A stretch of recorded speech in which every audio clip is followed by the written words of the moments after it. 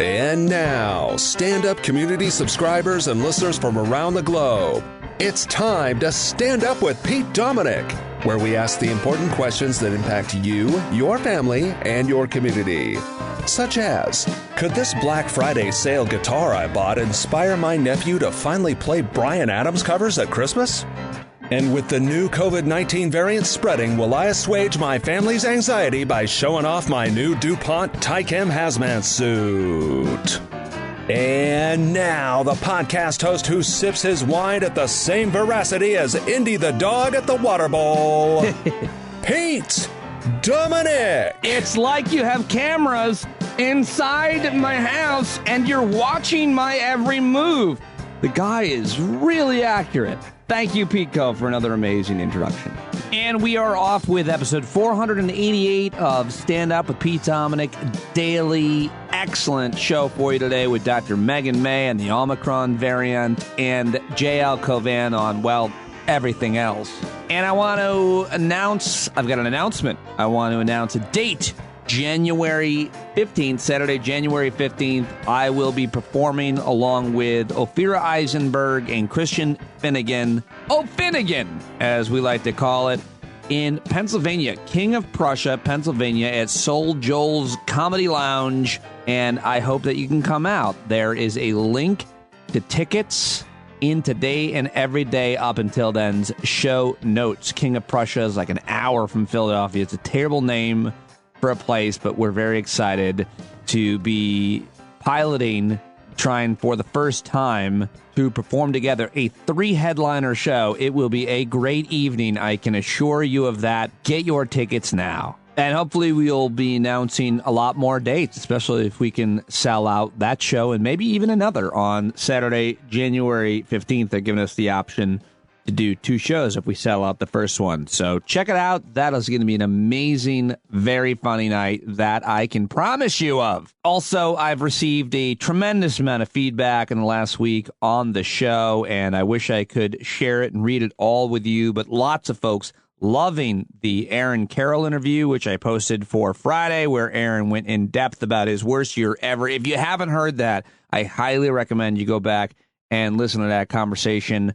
Lots of people still reacting to my conversation with Rick Ridgway as well. Richard Williams emailed, I'm a listener since the POTUS days on SiriusXM and a subscriber. Your interview with Rick Ridgway was one of the best ever. Absolutely riveting. Not many interviews can pluck at the heartstrings the way that one did. What an amazing adventure and storyteller. Job well done. Yeah, go back and listen to that episode from last week as well if you haven't heard it. And thank you to all the people who just emailed me that they are thankful for the show and for me and for doing it every day. So many people sending me Thanksgiving notes unsolicited, and I really appreciate it. Send your emails to standupwithpete@gmail.com. And I will read one that I got yesterday from Michelle London, a longtime listener and subscriber, because yesterday I had Maura Quint on. It was one of the most listened to episodes of the entire podcast. I'm not sure why. Usually I have 2 guests, but it was awesome that so many people listened to my conversation with Maura yesterday because it was great. It was a great episode. A lot of information, up-to-date information on the Omicron variant that was available as well. But Maura and I talked about growing up Jewish in a mostly Christian community and whether or not she was jealous, I asked her, about people who celebrated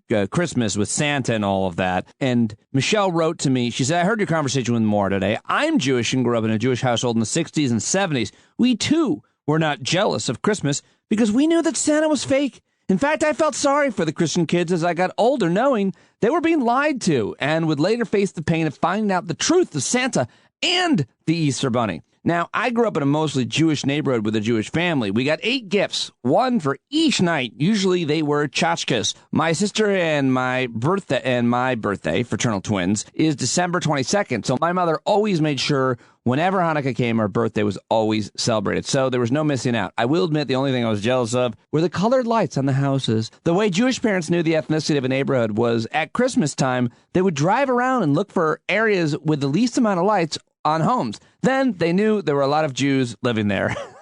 I love that. Michelle's going to join us at the Zoom Hangout, which is this Wednesday, not this Thursday, 8 p.m. East. If you are a listener subscriber, you'll get an email with the link, which you do every day, get an email about the show. So sign up now, standupwithpete.com, and welcome to a whole bunch of new subscribers over the past week or so, including Keith Dangle for $5. Mike Cunningham joined with a $10 subscription. Ed Wall, the $7 subscription. Scott Pate, $5. B. Chatham, $5. Dennis Richel, $5 subscription. Jeff Casson, a $5 subscription. Dr. Michael Mann is now a subscriber of this show. He's been a longtime guest, and he just subscribed for a $10 a month.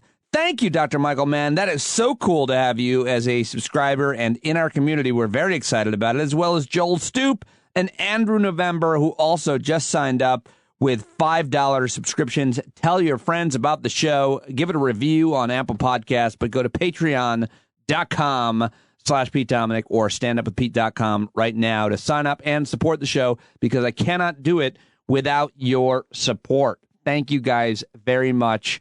And if I haven't said anything lately about how much I love you and need you and appreciate your support for allowing me to do what I love to do the most, which is this daily podcast from my solar-powered shed in my backyard, then thank you right now. I so appreciate you. Yeah, you, the person listening right now who pays and subscribes. Or even if you don't, I'm so glad that you're listening and getting a lot from it. And please, hopefully, consider a subscription.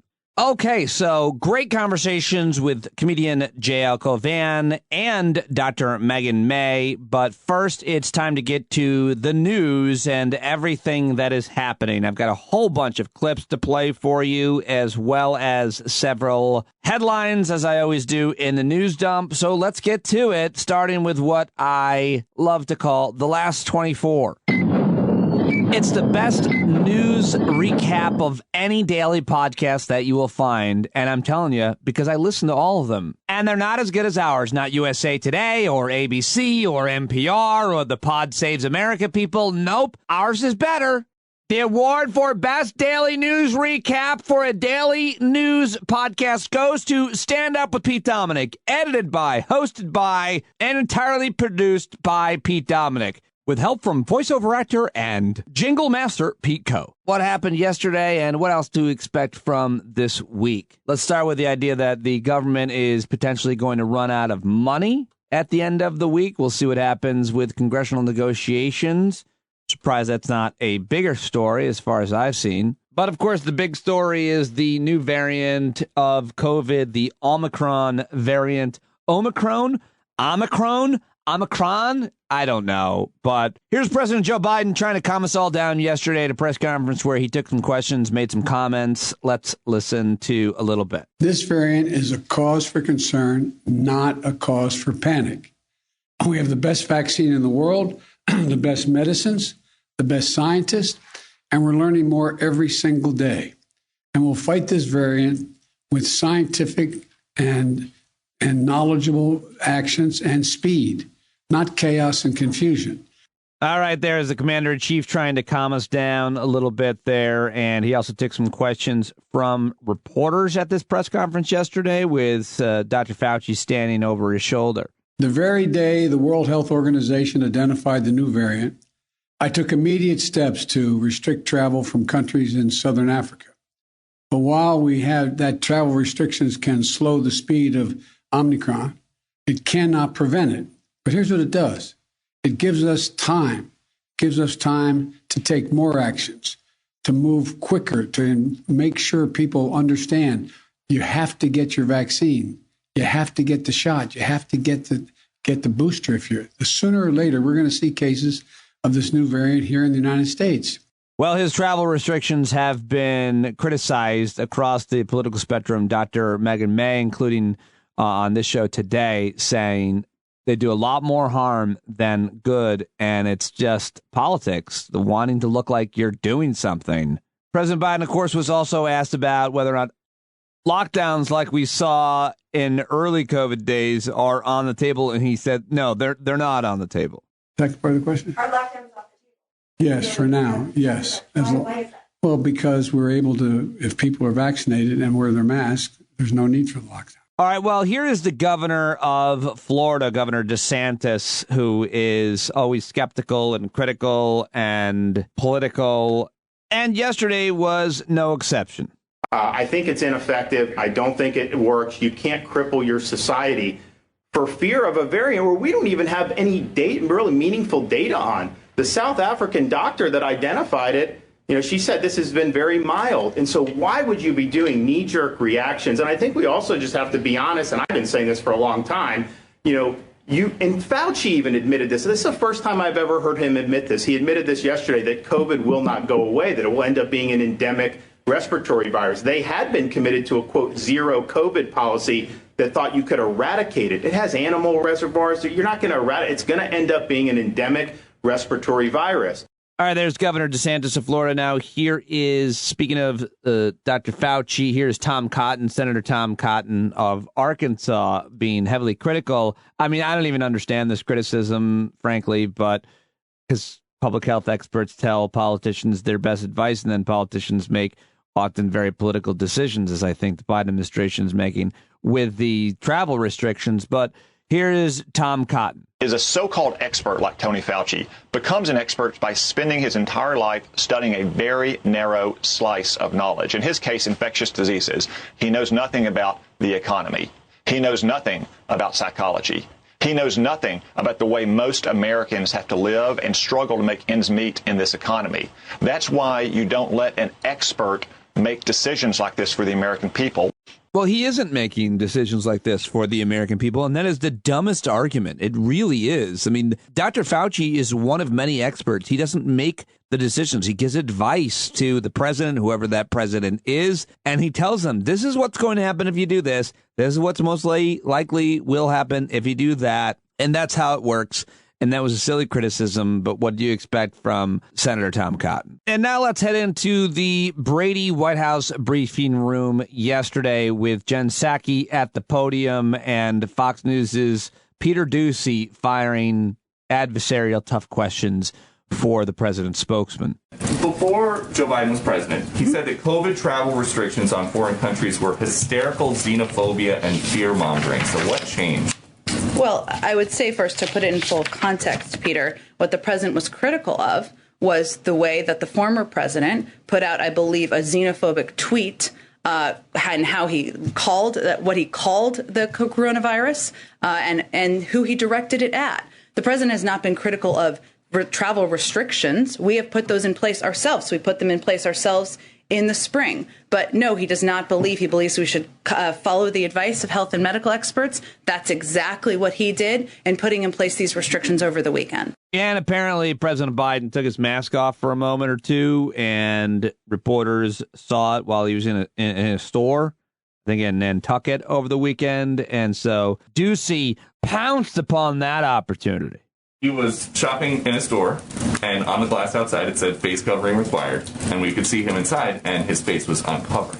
Well, again, Peter, our recommendation and advice continues to be for people to wear masks when they are required in establishments. I don't know what this establishment was. The president obviously follows the advice of his health and medical team. Is there concern that when the president says today, please wear your mask indoors in public settings around other people, and he doesn't do that, that it's going to make it harder to get people to follow him? I think you see the American people, and all of you see the president wearing a mask every time he comes out to an event, when he's sitting in meetings, and certainly he will continue to model behavior he hopes the American people will follow, not for his benefit, but to save their own lives and the lives of their friends and neighbors.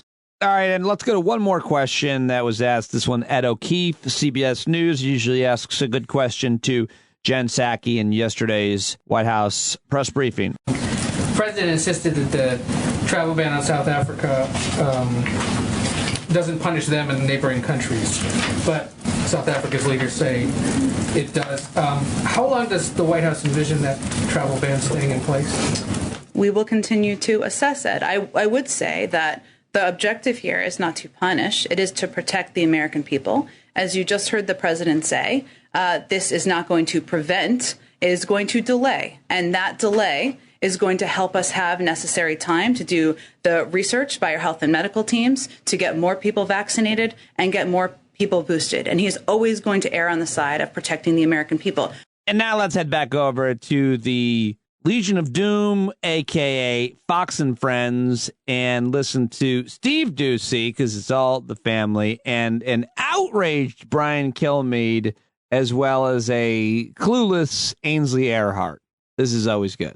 Merriam-Webster, the dictionary company, has officially come out with the word of the year for 2021. COVID? Vaccine. Vaccine, yes. It is. Yes. And those that do say that they have it in Africa, they're saying, I think they're younger individuals. They did lose taste and smell and just feeling a little fatigued. Right. This isn't the bodies piling up in India that we saw with the Delta variant. Does anyone know the difference between the two? I mean, not yet. We're going to find out, Brian. Calm down.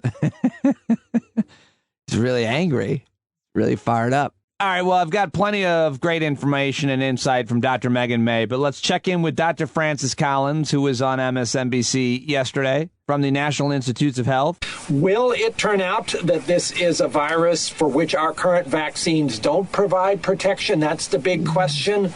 We'll know that in about 2 or 3 weeks, a combination of lab studies and field studies. But there's reason to be pretty optimistic here. All of the other variants that have emerged during this COVID-19 pandemic have shown response to the vaccine, including Delta. So if there's a message I would like people to hear this morning is get the vaccinations and the boosters. All right, well, there you go. Yes, he keeps repeating that message everywhere he can, and I keep airing it as much as I can. So heed his advice. And now let's head over to the high school gossip section of the United States Congress, where Congresswoman Lauren Boebert has now decided to share her conversation with Ilhan Omar, who she recently accused of being a terrorist, and then now has had to apologize to her. And so she recounted the phone call that she had with Ilhan Omar, and it is really I'm going to waste some of your time here, but it's entertaining and really disgusting at the same time. Hey everyone, this is Lauren with a quick update on a phone call I had today with squad member Ilhan Omar. I mean, let me just jump in and say she's a congresswoman. She's your fellow congresswoman. Calling her squad member, it's just pejorative. And even if they refer themselves that way, it just sounds bad and stupid and immature. But anyway. I had reached out to her Friday, and 3 days later, I was able to connect with her on the phone because I wanted to let her know directly that I had reflected on my previous remarks. Now, as a strong Christian woman who values faith deeply, I never want anything I say to offend someone's religion. Unless they're a Muslim, because that's not a real religion, and so I told her that. Even after I put out a public statement to that effect, she said that she still wanted a public apology because what I had done wasn't good enough. So I reiterated to her what I had just said. She kept asking for a public apology. So I told Ilhan Omar that she should make a public apology to the American people. Okay, so wait, you're not apologizing, and now you're demanding that she apologize. Her anti-American, anti-Semitic, anti-police rhetoric. She continued to press, and I continued to press back. And then Representative Omar hung up on me. Well, that sounds about right.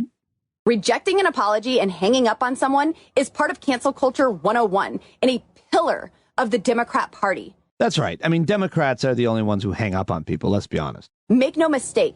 I will continue to fearlessly put America first, never sympathizing with terrorists. Oh, dear. Looks like you might have to apologize again. Unfortunately, Ilhan can't say the same thing. And our country is worse off for it. All right. Well, there's been a lot of fallout for that. I talked with J.L. Cauvin about it at the end of our conversation later on.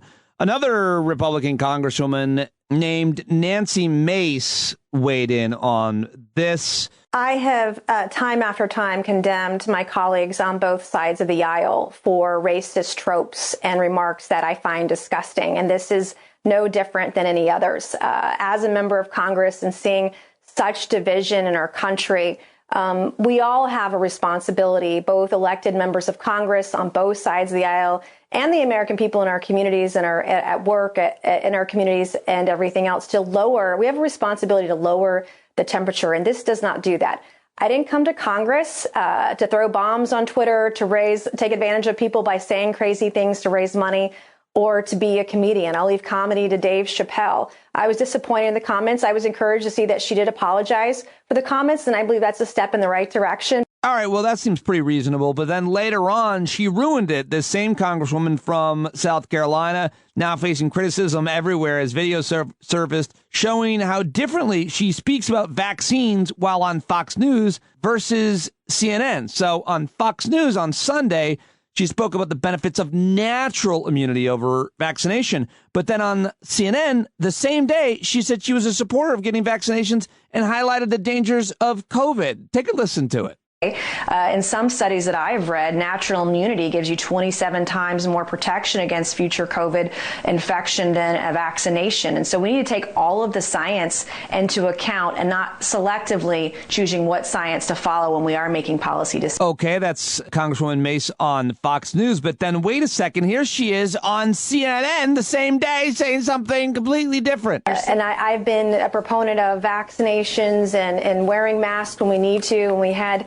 the Delta variant raging in South Carolina. I wrote an op-ed to my community, and I've worked with our State Department of Health. I've run ads encouraging my district to go and get vaccinated. And when we have these variants and we have these spikes, to take every precaution from washing our hands to wearing the N95 or KN95 masks more than the medical mask. There is a statistically significant number of people that are protected from COVID when they wear those masks. And all right, well, a lot of people were pointing out that hypocrisy. It came up on MSNBC's Deadline White House with Nicole Wallace talking to former Senator Claire McCaskill, who reacted this way to Nancy Mace's hypocrisy or contradicting herself on one day on two different networks. Mace, did you see what she did, Nicole? I did. She went on Fox News and said, she goes on Fox News and says, oh, natural immunity. You know, we have natural immunity. And then she goes on CNN and says, oh, I'm all for vaccines. I mean, what a political hack with no soul, because she's saying different things depending on which audience she's speaking to. That kind of irresponsibility is getting people killed. And that's what I cannot understand, how this party can be righteously indignant about quote unquote life and then be a party that is anxious to throw away science when it could save your life. I mean, Claire, that's a brutal but fair takedown of someone who goes on one network and says one thing about taxes and another and says something else about taxes. It is, as you're saying, deadly when it's about public health. All right, well, one more clip I got to share with you. This is former 60 Minutes correspondent Lara Logan, who has gone way crazy. And here she is comparing Dr. Fauci to the most infamous of Nazi scientists, while Will Cain and Pete Hegseth sit there and nod in agreement. And so in that moment, what you see on Dr. Fauci, this is what people say to me, that he doesn't represent science to them. He represents Joseph Mengele, Dr. Joseph Mengele, the Nazi doctor who did experiments on Jews during the Second World War and in the concentration camps. And I am talking about people all across the world are saying this. Because the response from COVID, what it has done to countries everywhere, what it has done to civil liberties, the suicide rates, the poverty, it has obliterated economies. The level of suffering that has been created because of this disease is now being seen in the cold light of day, i.e. the truth. And people see that there's no justification for what is being done. All right, well, there you have it. Dr. Fauci is just like Nazi scientists. Okay, well, I guess that's probably a good place to end the audio clips. And now it's time to get to everything else I've got for you in a rapid-fire headline reading of what we call the news dump, a brand new jingle from Pete Coe. Let's do it. Rampaging feral cat, the neighborhood is stumped. It's spreading zoonotic disease on today's news dump. Oh, no, not another rampaging feral cat spreading zoonotic disease. Thank you, Pete Coe, for a very important update. And now let's get to the rest of the headlines. Iran has returned to negotiations with a nuclear crisis still looming large for President Biden. Talks resumed after nearly 6 months with new warnings about Iran's program. Its chief negotiator emerged from closed doors bullish, according to ABC News, as Tehran demands its concerns about continued U.S. sanctions be addressed first after former President Donald Trump withdrew the U.S. from the deal. All right, let's come back to America, the Pacific Northwest, where Seattle area has broken a rainfall record ahead of another atmospheric river. The National Weather Service confirmed that this past fall has been the wettest the Seattle area has experienced on record as the region continues to deal with heavy rains and flooding conditions. Well, can't they just build a pipeline down to California? Why don't they do that? Somebody knows the answer. Email me and let me know. France has announced they're going to test flying taxi routes ahead of the 2024 Summer Olympics. I don't even know if I knew that the Summer Olympics were in France in 2024, but they're going to start their Jetson cars, electric air taxis, in the coming months. The goal of launching them in time for the Olympics. Wow, that'll be really exciting. University of Southern California's athletic department has issued an apology for offensive chants made by a student section during Saturday's football game against Brigham Young University. The offensive chant from our student section directed towards BYU during the football game last night does not align with our Trojan values, according to the statement. What are their Trojan values exactly? Apparently, they were chanting F the Mormons, but they weren't saying F, I guess, according to multiple Twitter users. Fuck the Mormons. That's great. Good job, USC. Cool. This is a pretty big story. Documents now showing that CNN's Chris Cuomo asked a top aide to his brother, the former governor, Andrew Cuomo, to let him assist the team crafting the former governor's response to allegations of inappropriate conduct made against him late last year. Text messages were made public Monday as part of a rolling release of transcripts and corresponding exhibits from the independent investigation into sexual harassment allegations against Andrew Cuomo, and now more people are calling for CNN to fire Chris Cuomo. I don't think that's going to happen. I also don't think he's going to be let go from SiriusXM, his other corporate overlord. But what do I know? The Department of Justice reached a settlement in discrimination claims against The Gap, the clothing outfitter. The Gap, the Justice Department said it resolved claims that the company had re-verified certain employees' permission to work without any legal basis and asked some non-U.S. citizens to provide documentation that they still had permission to work. Gap was accused of routinely discriminating against certain non-U.S. citizens working for the company. The settlement came on the 35th anniversary of the anti-discrimination provision of the Immigration and Nationality Act. How about this story? An ancient mammoth tusk discovered 10,000 feet deep in ocean off of California coast. Researchers initially found the tusk during a 2019 ocean survey of an underwater mountain. The tusk was retrieved earlier this year and confirmed to come from a Columbian mammoth, a species that went extinct some 11,500 years ago. Imagine if you were the person who found that. Hey, I think I found a tusk down here. Are you sure it's not an old piece of metal? No, I think it's a tusk. Wow, that'd be pretty cool. Twitter co-founder Jack Dorsey announced that he was going to be resigning. I'm not sure exactly what that means or how to really understand that, but I'm reading about it more. And maybe we'll talk about it with somebody. But this is the final story of today's news dump. I love the story. You may have heard it, but this is great. Or maybe not so great, depending on how you look at it. It seems awesome to me. But a snowstorm left dozens of people stranded for days in a remote British pub. Sounds like an awesome weekend to me. A crowd had gathered Friday night to listen to an Oasis cover band called Noasis. And on Monday, most of them were finally able to go home. Up on a hill in Yorkshire, England, a crowd filled a pub on Friday to listen to Oasis tribute band. Inside the pub, the Tan Hill Inn, the beers were cold, the fires were warming, and the musicians were electric. But outside, the winds were howling, and the snow was swirling. The pub patrons knew the forecast was dire, but not so much that piles of snow as high as 3 feet would block the pub's exits. Check it out at the New York Times and just about everywhere else. All right, that is today's news dump, and I now have to get to my guest interviews, which I think you're going to love. J.L. Cauvin coming up. First, I've got a great conversation with Dr. Meghan May, who is a microbiologist and infectious disease expert. But before that, I've got to tell you about how to save young people from infectious diseases like malaria and so much more, which is why you've got to learn and know and donate to GiveWell, the best nonprofit organization I know, which is why I'm so excited to be working with them again this month. Because donating money to help people can be a wonderful and selfless act, but how can you feel confident that your donations are improving or saving lives effectively? You could do weeks of research to find out the charities that are out there, what programs they run, how effective those programs are, and how the charity might use your money. Or you could visit givewell.org/standup, and there you'll get a short vetted list of the best charities they've found at saving or improving lives per dollar. I am so proud to be working with this amazing organization that spends over 20,000 hours each year researching charitable organizations and only recommends a few of the highest impact, evidence-backed charities they've found.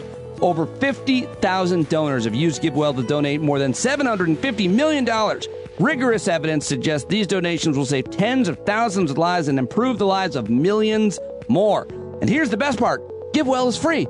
GiveWell wants to empower as many donors as possible to make informed decisions about their donations. They publish all of their research and recommendations on their site for free. No sign-up required. They allocate your tax-deductible donation to the charity you choose without taking a cut. You guys, if you've never donated to GiveWell recommended charities before, you can have your donation matched right now up to $250 before the end of the year, as long as matching funds last. To claim your match, go to givewell.org/standup. Go to givewell.org, pick podcast, enter Stand Up with Pete Dominick, or just go to givewell.org/standup. Make sure they know that you heard about GiveWell from Stand Up with Pete Dominick to get your donation matched. The Boston Globe calls GiveWell the gold standard for giving. They provide bed nets to prevent malaria, preventative medication for malaria, vitamin A supplements, and so much more. Go to givewell.org/standup right now. All right, please do that. Support that amazing organization and this podcast, which we learn so much from together each and every day, including from one of our favorite guests, Dr. Meghan May. She is a professor, microbiology and infectious disease. We're very excited to have her joining us whenever she can, and we have a lot to talk about regarding this Omicron variant. And you can follow Dr. Meghan May on Twitter, where she's very active at drmay5, the number 5, at drmay5 right now. And here we go. Hello. Dr. Meghan May, please. Speaking. Oh, I thought How are you? I thought I would have to go through your people. Yeah, my people are all asleep upstairs and a herd of cats. So, this is as good as it gets. That's so weird that your people actually live with you and your cats. By which I mean my children and spouse and various other individuals. And I don't actually have people because I'm not that important. Anyways. Oh, all right. I thought there was some kind of crazy professional, personal relationship that you had with some of your people. Yeah, no boundaries, none whatsoever. I insist, if you're going to work with me, zero boundaries. Exactly. And if you try to establish any, you'll be removed immediately. How about that for a boundary? You'll be removed immediately and subjected to interpersonal information on the way out. Anyway. Oh, I really like our new HR department we just created. I don't know what our business is, but I don't think it's going to last. I was just going to say, I think our new HR department would be, sued for failure rapidly. I don't know. Though it does bring up another question. Don't you think your family and your cats, which are part of your family, my dog, shouldn't we have an HR department that we should be able to report each other to? Well, being mom, I kind of think I am HR. Because that's what I hear more than any other thing, even though by gender norms, I would like that to not be the case. It's just constantly, Mom, he's touching me. Right. And I feel like the cats and the dog even do it too. Well, they're angry at each other and they wander around my feet. Well, I think somebody... what do you guys want from me? I don't know. I just want to be able to have an anonymous Dropbox that I can narc on my own family members. Oh, that would be outstanding. and that's a solid idea with no foreseeable catastrophic consequences because everyone knows everyone's handwriting. I know that's exactly definitely go well. I was just thinking that, which is why I'm going to type everything, but they're going to know that it's me because I'm the only one who still uses a typewriter. I'm going to be filing complaints with psh, psh, psh, psh, psh. All right, I know it was Dad. It was in the attic. I heard his thing with the dinging bell last night. He's the only one who works in an attic by a candle with a monocle. Listen, I thought you had a shed. Anyways, sorry. That's not where I keep my typewriter. That is only for the podcast. That would be ridiculous. Yeah, I don't mix the two. So I could procrastinate and not talk about the new variant for as long as possible, but I suppose that is why I called. I suppose, much funner to just hang out and talk about nonsense, but at last that is not the world we live in right now. Oh, okay, so let's do it. Is it Omicron? How are we pronouncing it? All I know is if you say Omicron, lots of people will start sneering and saying it was fine when Bush said nuclear and blah. But anyway. Right. Oh, that's fair. It actually is fair. But no, it's either Omicron or Omicron. No Omicrons. Haven't heard that one. It's actually not fair because we all learned this word yesterday, and nuclear was a word forever. So it's actually not fair. We just learned this. At least since the 40s. At least since the 40s, right, yeah. Right. It's like once we learned how to pronounce Kamala, then you could. I have to give you a moment of saying the Greek alphabet's kind of been around for thousands of years. At the risk of coming off as you know what, you do make a good point, but at the risk. Okay, so you're saying the Greek alphabet is even older than the word nuclear, and it does sound like you've made a strong. I'm going to go out on a limb and say that. Yes. Wow. Huh. Seems like we've got a little bit. Not my area, but seems like I'm in quite a pickle here in terms of my ignorance. Yes, I appear to have talked myself into a corner. Oh man, let's move on. No. You know what? I wish I didn't call you. Yeah, you know what? Fine. I'm going to go take this up with my cats. I'm going to send an anonymous note and a typewriter to your complaint box. How do you like that? So anyway, now that that's all being said and reported, is it? I think it's Omicron. Yeah, I have always said Omicron, but that might be an accented thing. Omicron's also fairly acceptable. All right, let's start with where it seems you are most outraged, which is you've gone all caps on us, and I'm not going to lie to you. I haven't seen you like this, so I'm pretty worried. At Dr. May 5 tweet, travel bans at this point are absurd because there are already cases on every populated continent and community transmission in at least one moderately/high vaccinated country, meaning the horse has left the barn. Thank you for coming to my TED yell. And while I appreciate the retweet, you said Dr. May has spoken. I almost wrote back. Technically, I believe I yelled, but Well, that was more of a reference to the Star Wars Boba Fett series. Oh yeah, I have spoken. Yeah. Right. What was that? What's that called? Oh no, that was the Mandalorian. Yeah, Mandalorian. That's what I was thinking. I was comparing you to the Mandalorian. Boba Fett has not come out yet. Come on, man, get your nerd references straight. Yeah, I know. But yeah, no, the I have spoken guy. Yeah, no. So essentially, I now have to point out that's a dated tweet because it's now at least 3 high vaccinated countries have community transmission: UK, Germany, and Israel. So essentially, the reason why I have feelings on that is for a whole bunch of reasons having to do with the origin of travel bans. There are a lot of reasons why they are things that seem like a rational thing to do, but they have a lot of really bad consequences whilst not actually accomplishing very much. And so the first thing that one can point out, and this goes for travel bans across the board, not just with COVID, not just with the Omicron variant, but across the board, is that it discourages people from following the rules and accurately reporting what their travel route of destination was.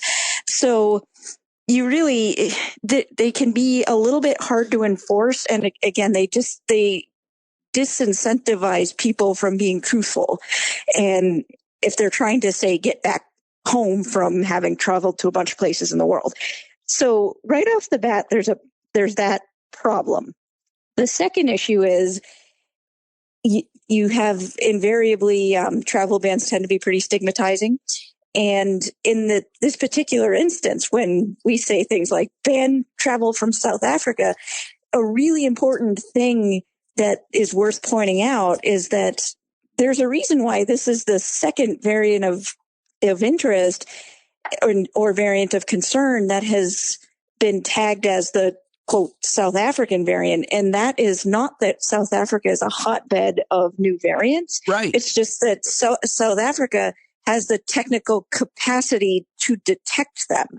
And South Africa as a country is one of the best in the world with what we call molecular epidemiology, which means they do a whole bunch of genome sequencing for infectious agents because they have such a high burden of HIV and tuberculosis and things that you really have to carefully track which strain came from where. And they've been doing that for decades. And they are just, again, among the best in the world at that. And so they keep being the first people to report these variants because they're technically able to do so. It doesn't mean that it came from there, but alas, that tends to be how people look at it. Because again, and I like to try to be fair about this, if you don't work in this industry, like why in the world would you possibly know that? It's not the kind of thing that most people just have at their fingertips, but it does give kind of a tarnish. And it's in this particular instance, I think we've all kind of, well, I hope anyway, we've all rather moved past really scapegoating and stigmatizing particular populations for COVID variants, but we certainly saw at first that was a real problem.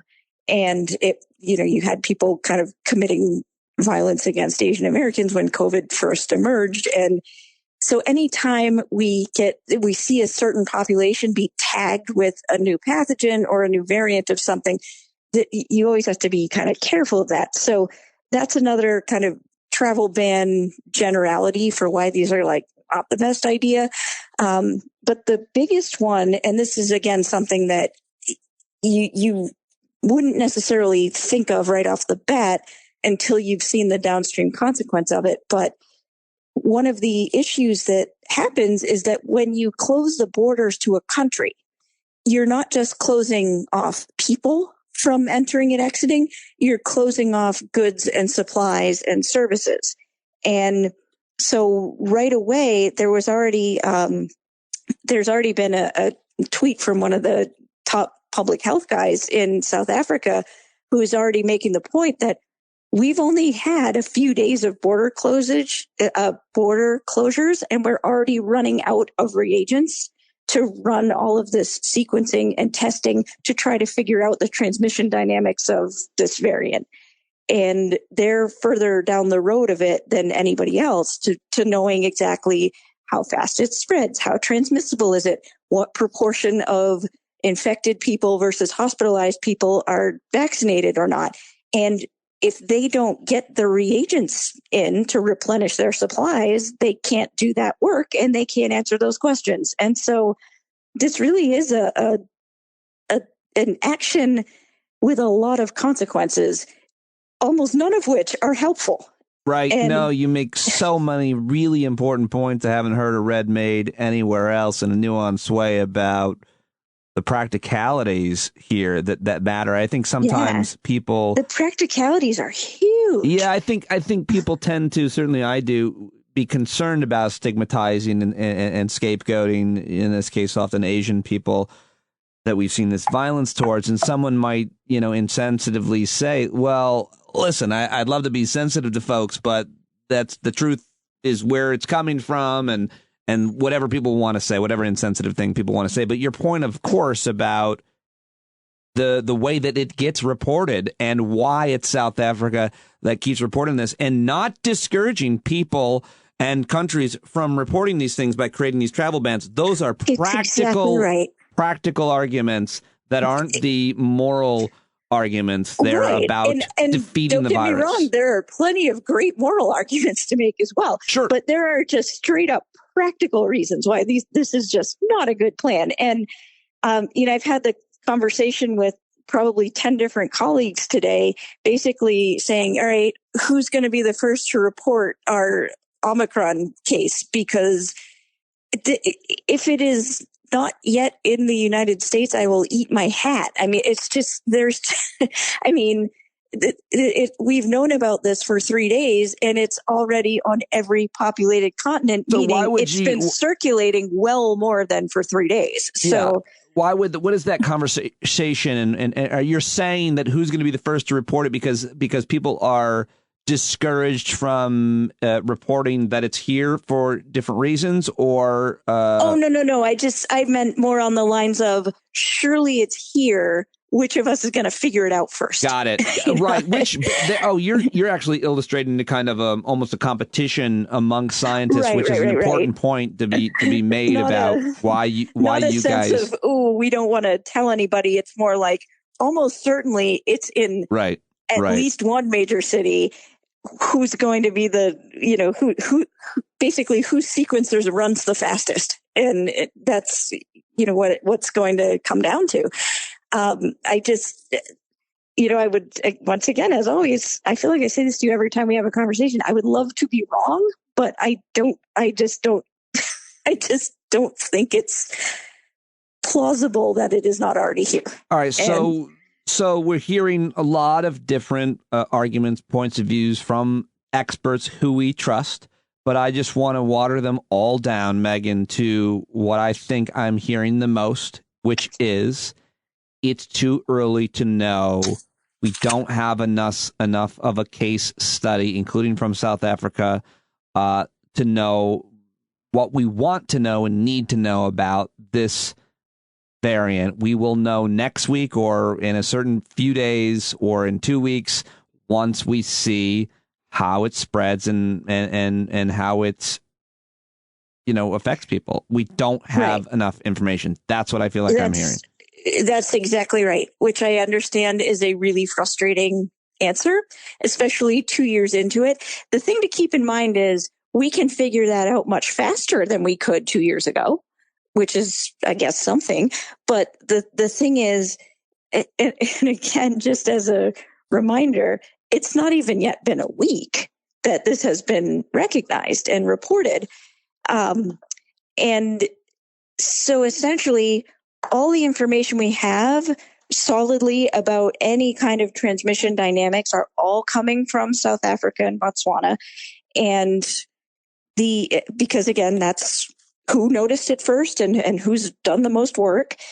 We do know that we have community transmission in Germany, Israel, and the UK, specifically Scotland, because there are now multiple cases in each country that have no history of travel and no tie to any. And again, this is going to sound like we're insinuating South Africa and Botswana were the origins of this variant.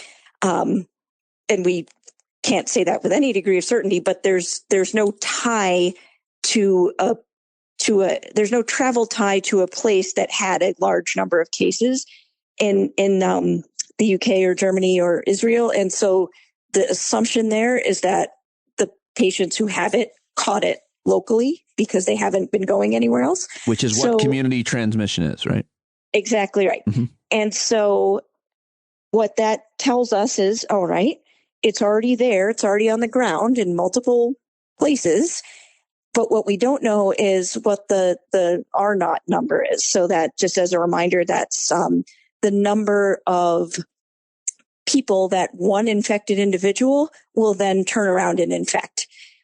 So for the Delta variant, we know that number was much, much higher than the Alpha variant, which was higher than the original strain.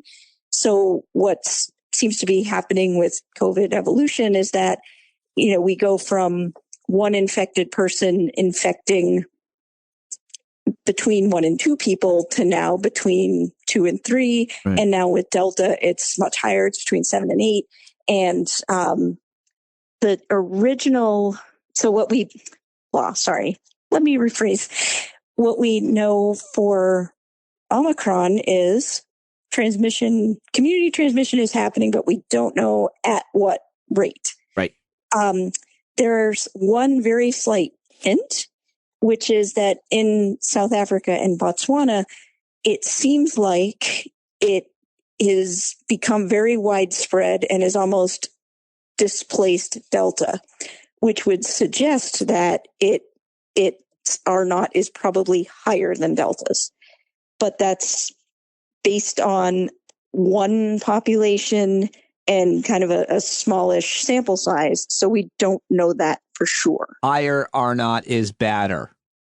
It is badder, is more bad, is more worser, however you want to look at it. So that's just one data point. So we're not panicking. We're not panicking about this variant based on that one data point. I mean, I'm panicking a little bit. That's an extrapolated data point. We don't know that for certain. That's how it looks based on the information we currently have, which is admittedly incomplete. So that's one thing. Another thing that we don't know is higher R0 simply means more transmissible. It doesn't mean necessarily that it's more deadly. It doesn't mean that it's the same level of deadly. It might be less deadly. We just don't know that yet. So that's another piece that's kind of an outstanding bit of information. I heard the South African doctor saying something about the main symptoms that we've seen, and it's mostly been young. Do I have this right? It's mostly been young unvaccinated people who we've seen this variant, and the symptoms, the main symptom seems to be exhaustion, which would sounds good to me. A little exhaustion, I'll take it. Exactly, which again is probably when you have kind of that long-term exhaustion for a virus that affects the respiratory tract. Usually it's because not necessarily by coughing, but it's causing you to be inefficient at oxygen exchange. So you feel tired because you aren't getting enough air circulation. Right. So that's kind of the source of the exhaustion. Yeah. One of those fun facts. It's also why anemics feel exhausted and feel kind of weak. It's not because they're not breathing well. It's just they don't have enough iron and they don't have enough hemoglobin in their blood cells to carry oxygen all around their body. Anyway, so fun fact, for whatever reason, if you aren't getting enough oxygen, the main thing that you will feel is tired. Anyways. Is it so it would be considered cruel to go up to somebody that is anemic and say, aha, you don't have enough hemoglobin? I mean, you could, but you'd probably be able to outrun them if they were offended, I guess. I mean, you're just meaner than me.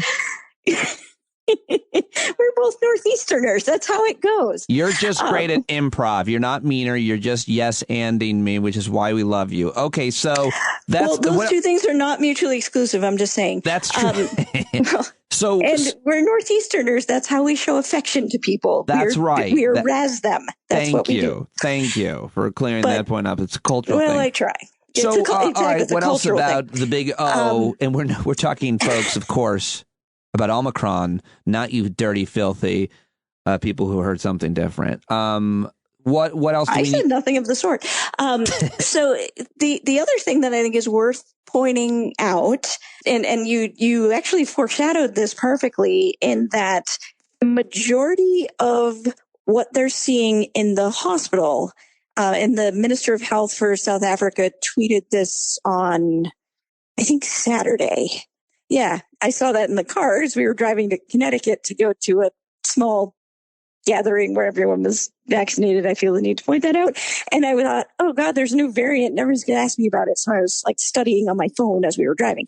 Anyways, the Minister of Health for South Africa tweeted on Saturday that the majority of the patients that they're seeing in the hospital, so this is not necessarily overall, but those that are sick enough to be admitted to the hospital, are overwhelmingly unvaccinated, and those that have been that have received a vaccine, they're only partially vaccinated. So they've only had, say, one dose. Or if they've had two, it hasn't been the full 2-week conversion period. So that makes me cautiously optimistic that our vaccines as they currently are give at least some protection. So we don't know that for certain, but that proportions of people who are being hospitalized, again, being overwhelmingly or under vaccinated is really a potentially hopeful sign to me. If you're vaccinated, if you're not vaccinated, then I don't know what else to tell you. But the thing is, even though we're hearing these reports that, this variant has over 30 mutations in the spike protein, that's what the vaccine targets, therefore we worry about vaccine escape. The evidence that we have thus far, based on that hospitalization proportion, it looks like that it may not be as dire as we initially were worried about. And the thing that makes me again cautiously optimistic is what we had reported was simply a number of mutations. 30 sounds like a big number. One thing to keep in mind is the spike protein has about 1,000 residues in it. So 30 is a lot of mutations, but 30 out of 1,000 is not a major proportion. And the other piece too to keep in mind is that not all mutations are created equal. If you think about, okay, so I'm going to go all analogy on you for a minute. Please. And then I'll let you go because it's almost 10 o'clock. And frankly, Eric is waiting to watch Wheel of Time with me, and I'm super jazzed about that. But anyway, so I'm going to go all analogy on you. Sorry, that sentence took a left turn in the middle. We love it. If you think about a genetic sequence that encodes a protein, like the spike protein, for example, every single bit of that genetic sequence, think of it as encoding a single ingredient in a recipe. And at the end of the recipe, you get a baked good if we're talking about an actual recipe, and you get a protein if we're talking about a gene sequence. Each ingredient in the recipe is what would be called an amino acid, and you need certain ones of them added in the right order to make the appropriate protein. Okay. So far, so good. So a mutation would be, thinking about this from the recipe standpoint, that would be like substituting an ingredient. If I'm making a cake and my gene sequence tells me I need a cup of sugar, if I put in a cup of honey, it's not going to be exactly the same, but it's not going to be that different. If instead I put in a cup of soy sauce or a cup of flour or a cup of cider or a cup of cat food, all of those things are going to give me something. Can you tell I was, by the way, looking at things on my counter in case that was I couldn't. Person, woman, camera. No, sorry. Sorry. Anyway, lost the thread on that one. But if your recipe calls for a cup of sugar and you put in a cup of honey or a cup of Splenda, you're not going to get exactly the same cake, but it's going to be pretty close.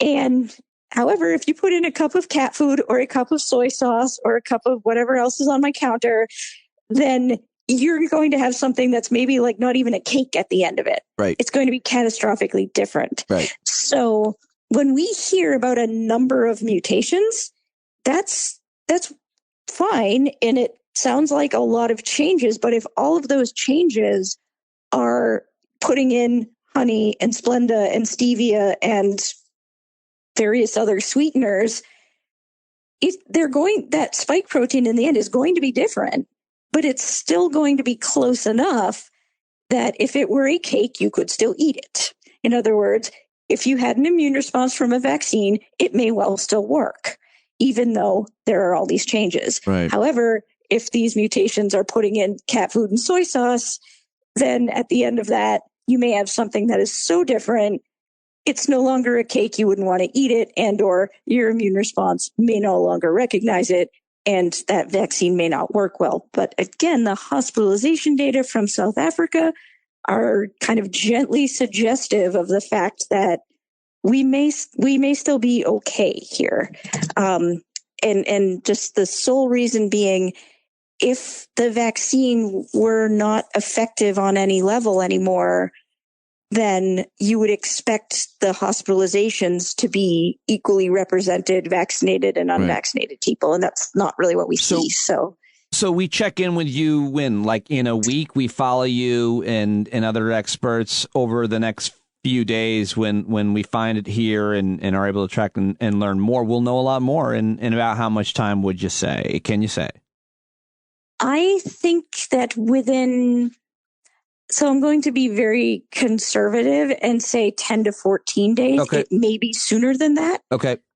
Because, again, South Africa's got a really good head start, provided they can get reagents in to continue working. Right. Israel's got a lot of tracking data already, and I'm cautiously hopeful that now that everyone is looking for it, that people will have a lot more information a lot faster than when this first started trickling out, which again was less than a week ago. So it's already been a pretty impressive effort at finding out this information. So it may be sooner than that, but I'm going to be conservative and say 10 to 14 days. We'll have a better idea of what needs to happen. All right. Well, I will let you go right now, but I have one more quick question. Fact checking me, which was yesterday. I don't know if you saw this, but the Fox and Friends basically made fun of the variant. They downplayed the variant, and they basically said that it was the midterm variant. Right. It was this nonsense. It was a political. And so what I said on the podcast, and I just want to make sure that I was accurate here, is that they were criticizing evolution. This is a virus that mutates. We're watching evolution occur. That's what this is. These are anti-evolution. These were Scopes monkey trial anti-evolutionary people on Fox corporate media's morning show. They were arguing against evolution. Is that inaccurate? No, we are watching evolution unfold in real time. We absolutely are. It's not political. It's evolution. No. Well, I mean, if we were arguing that I'm going to get myself in trouble with this comment. If we were arguing that, the variants were being brought in by caravans, that might be different. Right. Okay. That's a good.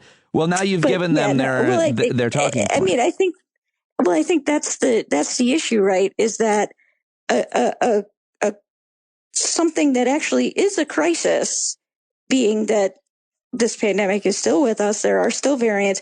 The idea that this is actually real. This isn't something that's being created to wind people up, right, for an election. It just kind of reminds you of what strategies had been used in the past to wind people up before elections. And it's frustrating to assume, it's frustrating to see the assumption that that's all that's happening, as opposed to this is actually real and it affects people's lives. And yeah, that's all I have.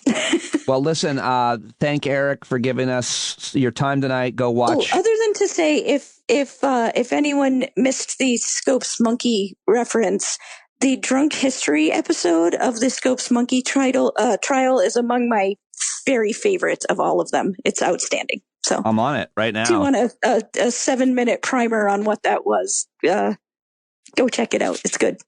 I'm going to link to it. I'm going to go watch it and link to it. And thank you so much, as always, for joining us and being our Stand Up with Pete Dominic, resident scientific expert on all these things.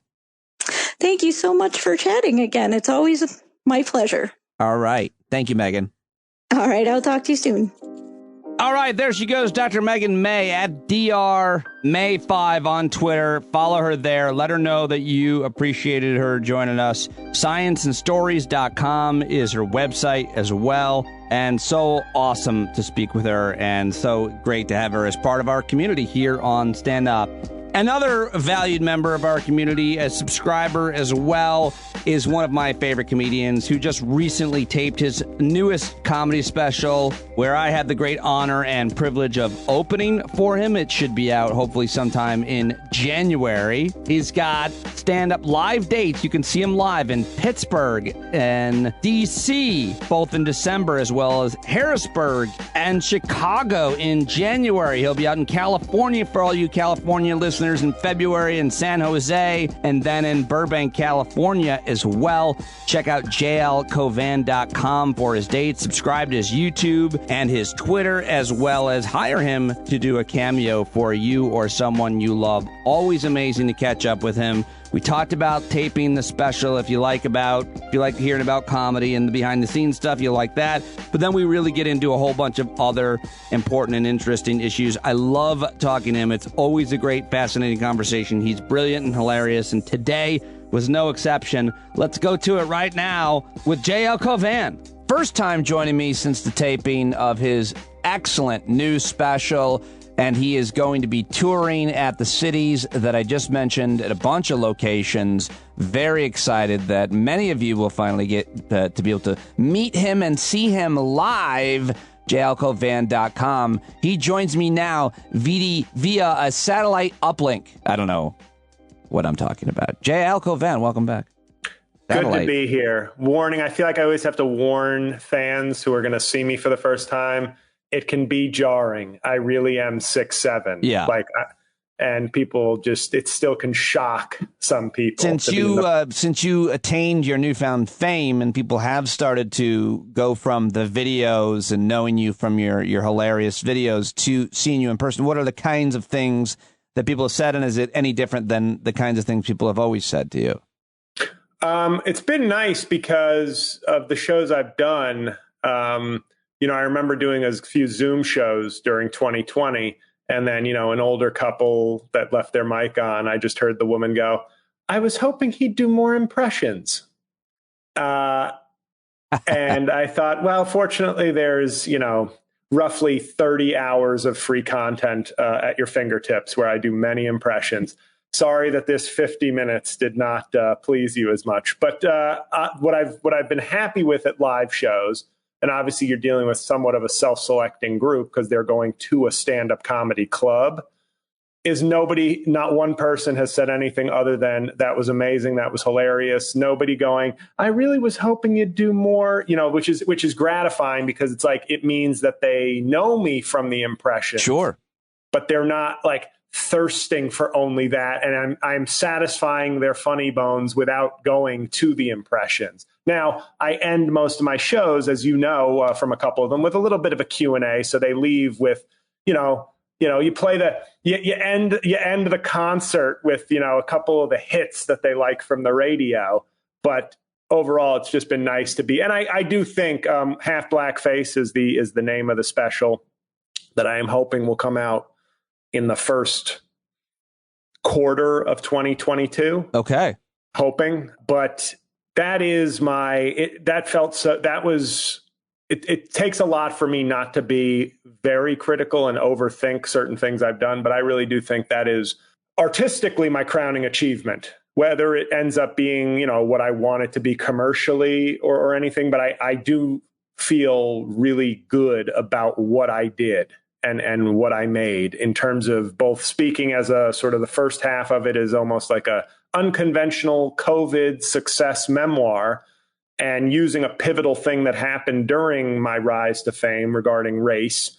I then turned the second half of it into an exploration of, through jokes, obviously, not through spoken word and tearful confessionals, which seems to be the hot thing now in stand-up comedy. I'm going to take a half-hour break from making you laugh and exploit the fame I have from comedy to give you a half-baked I see what you did. You're talking about Dave Chappelle's recent performances is what you're talking about. And what's funny is a year ago, like to the month of December, a year ago, I did a video mocking Dave Chappelle's turn to seriousness called Noir Net, which was a pun on Hannah Gadsby's Nanette, and noir meaning black. So this was like Black Nanette was basically what I was. Very funny. And it got a lot of views. And some people said, oh, you're hating. And I go, at what point does somebody, and it's the same thing that happened with me with Louis C.K. many years ago. At what point does a comedian become so famous that I'm just allowed to mock him like any other celebrity? Yep.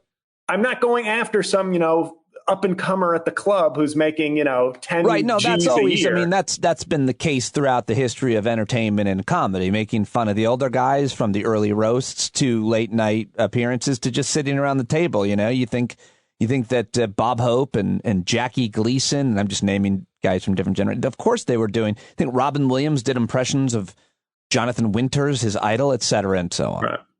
So it was one of those things, though, that I felt like I was a little early to the game because he had put out one serious thing at that point, just one. Right. But I said, oh, I hate serious comedy. Like the pun of like the joke of calling it serious comedy, the juxtaposition. But it's like we've gotten to this point, and I had dinner with a friend who really liked Chappelle's recent special, and I thought it was one of his worst things without even saying, oh, it stunk, or I just thought, purely on a comedy level, I thought it was beneath a lot of his other work. But he said to me, Dave's earned that, like that right to kind of be more of a philosopher speaker. And I go, my opinion is no, as a comedian, and I don't even need to get into I think we or people have really discussed at length all the issues with his comments about the trans and LGBTQ community. Yeah. But to me, I go to a more fundamental thing, which is, I don't think a comedian ever gets to not be funny. like it's you're on stage. I have come to see comedian Dave Chappelle. So the bargain here is that I'm here to see you be funny. It's not saying you can't make statements or points with your comedy. Of course, that's some of the great comics make commentary and thoughtful things through their comedy. But there's this new sort of, I'm going to give you 35 minutes of jokes, then I'm going to get real. And because I'm a famous guy, you allow me to do that. Like when my friend said, I think he's earned that, I go, I'm not telling him not to do interviews or appear on talk shows or to do other things. But if I'm seeing a stand-up special, I think the tricky balance has always been, can you make your point? Can you discuss things using this tool of humor? Not going kind of like, here's the funny part of the comedy show. Now here's the not funny part of the comedy show. Sure. And half blackface, my point being, I even said towards the end, like I had a 20-second moment where I was discussing, I think, my father, and I just like paused and said, oh shit, sorry, that almost got serious. And this is a comedy show. Like I wanted to be cognizant of highlighting, yes, I'm talking about my own journey as a white-looking half black person through my own stories and my own actions and my own words.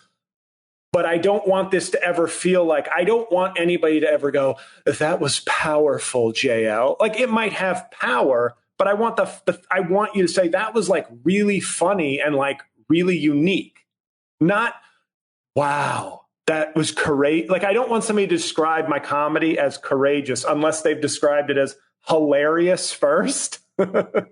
Yeah, I think I described one of your recent videos as hilarious and courageous when you put out a video of Donald Trump reacting to Ahmaud Arbery, something like that, because, who else was doing comedy certainly that close to the verdict?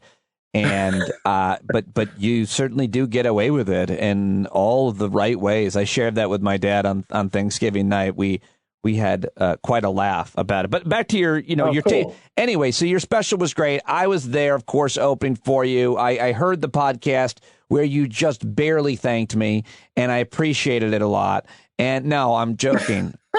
I'm joking. When you took us in a whole episode of your podcast through the days ahead of time, and right down to your body shaving, I was sure I'd get more of a mention than the 15 seconds that I ended up getting. Here's the thing, Pete. Here's the thing, and I know you're sort of joking, but I, over the last year, have been very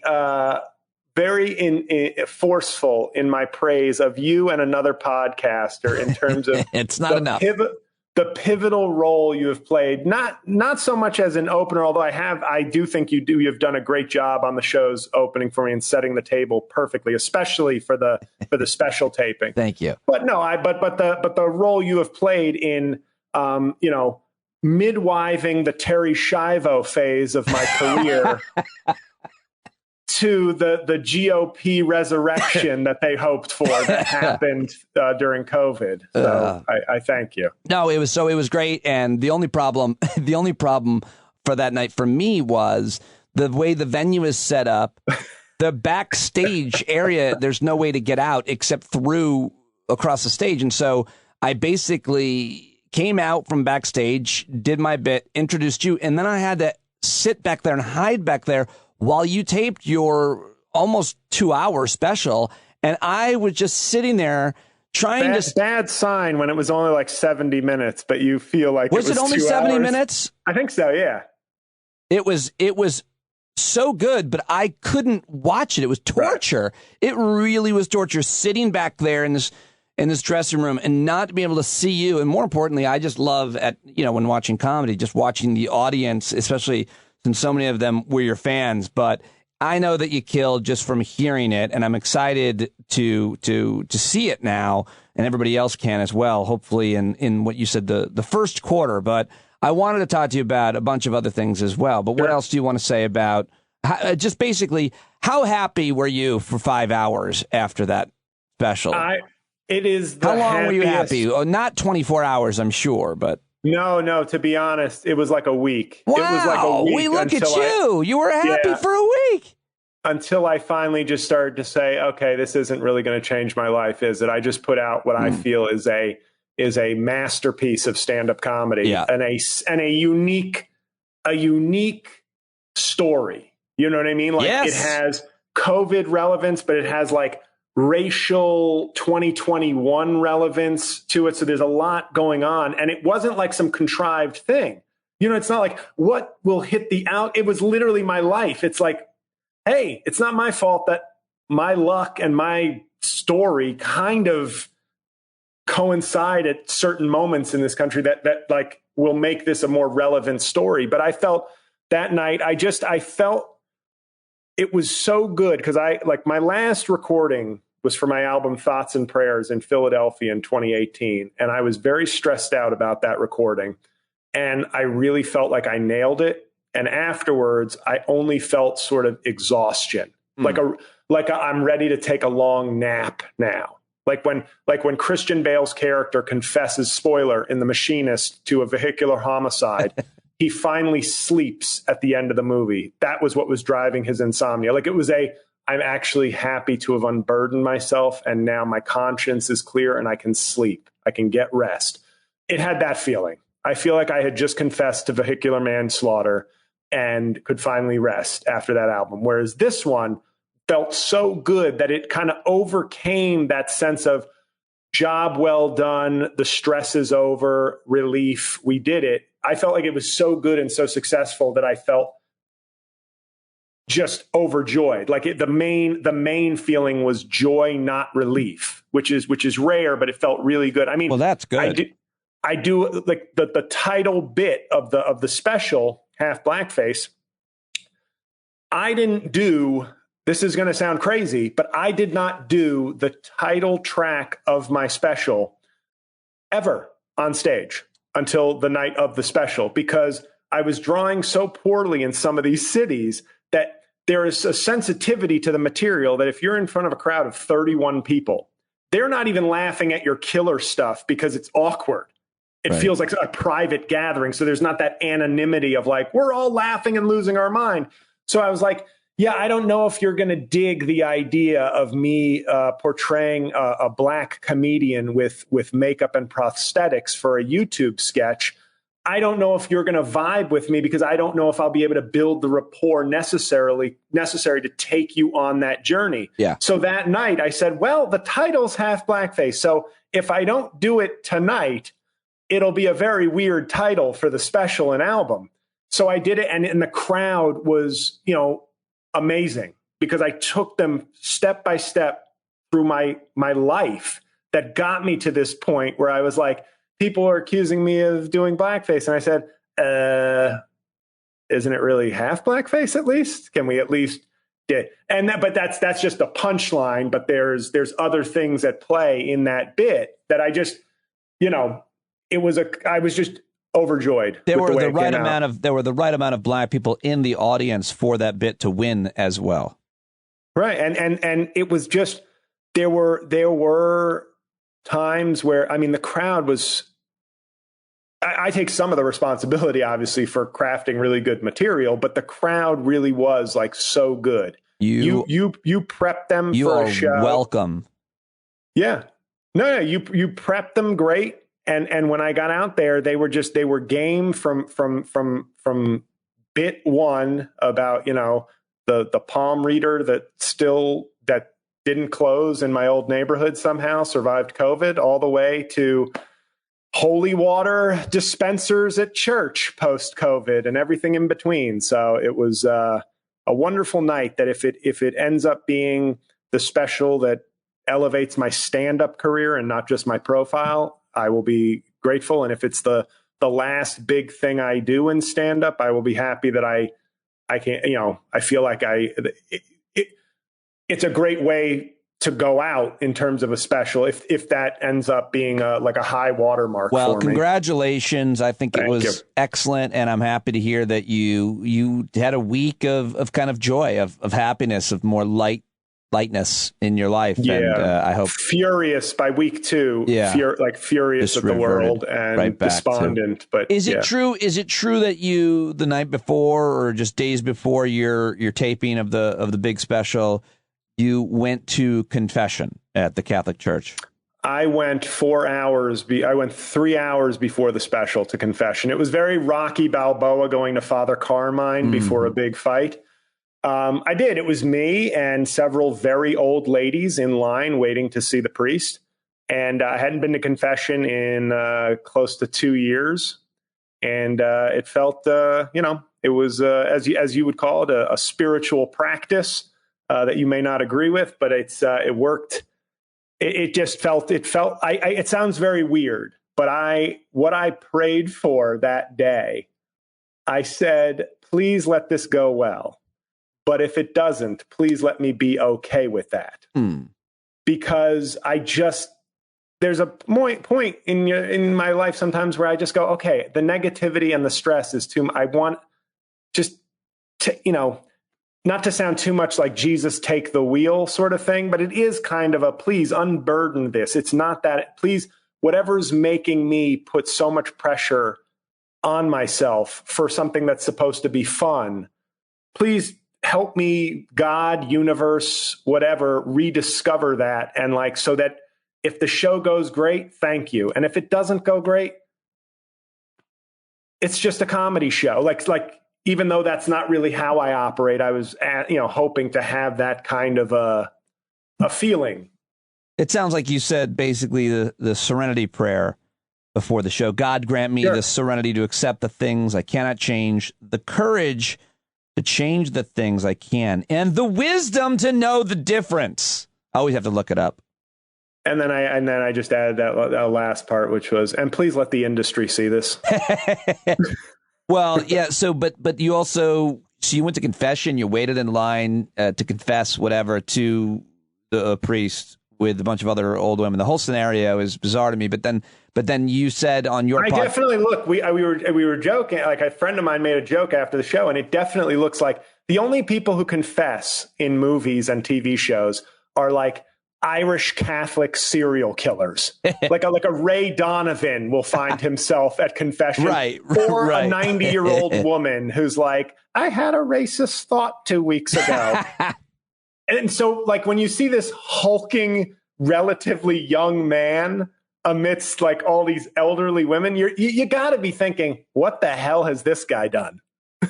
So, but then you said, again, on your podcast I was just listening to, which I enjoyed. I can't enjoy too many people just talk alone, but I do like to hear your thought process on many things, including your tangents, including even strangely when you talked about sports to some extent, because you were talking about gambling, and I find that also bizarre. But So does my brother. So you're in good company. Yeah, no, I mean, I think gambling has to do with a desire to be entertained and a relationship that you have with money and work and how you earn money maybe and how much. But I don't know. I have a lot of thoughts on it, but it's risk. To me, it's risk. But that's entertainment.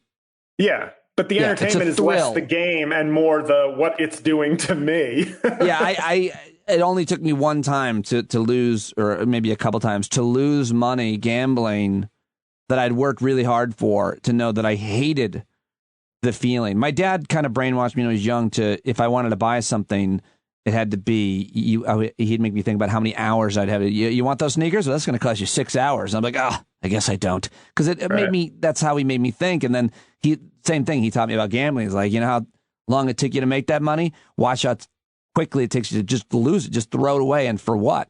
And that worked for me. That kind of thing worked for me pretty effectively. But obviously, a lot of people love gambling. And there's a huge entertainment part of it when you're gambling the way you said you do on sports, too, because it makes the game more interesting. Or a season. And what exactly. Because what I sort of do in terms of rationalizing, it's a weird thing to do when you win. I think, sorry, one more thing you can respond to. It's a weird thing to do when you have kids. I was doing a gig in Vegas at the Riviera. I was headlining the whole week, and I'd walk from the showroom back to my room past tables. I was getting like $2,000 for like the whole week. I could have lost all of the money, but I really needed that money for like diapers. It would have been like, I remember in my head thinking, be like putting the diapers on the table and just pushing them to some dealer. And it seems so selfish. But so if you have kids, I don't know that your dad needs to have his business out in these streets like that. Yeah, exactly. Well, but no, gambling to me, like one of the things I enjoy doing is actually like season bets, because then you'll make I'll make a bigger bet, like a more expensive bet, but then I'll just say, well, I won't gamble for a few months, and I'll treat that like this team is going to win the championship, or this player is going to be the MVP type bets. Yeah, you get a phone call. Yeah, sorry, that's the landline. Should I mute myself briefly? I mean, maybe you should just pick up the landline or hang it up or. Just wanted to make sure it wasn't my mom, because she's had there's been some health stuff, so I didn't want. Oh no! Oh, come on! Like that. But I was just gonna go back to the one final thing about the confession, which is you said that you sat in the church with the priest within earshot of other people, and that's hard for me. It was no, but that's not and how you're it's supposed to be. And you're going to confess your deepest, darkest, whatever. It's the worst setup. Just further evidence that. But at the same time, no, it's definitely not supposed to be that way. I think this was like some sort of COVID open air setup. So that you're not. But it was very bizarre. But I was like, I'm already here. I'm not backing out now. And but what I in a weird way, what better way to prepare for a personal stand up show than to confess your sins in the public sphere? Well, no.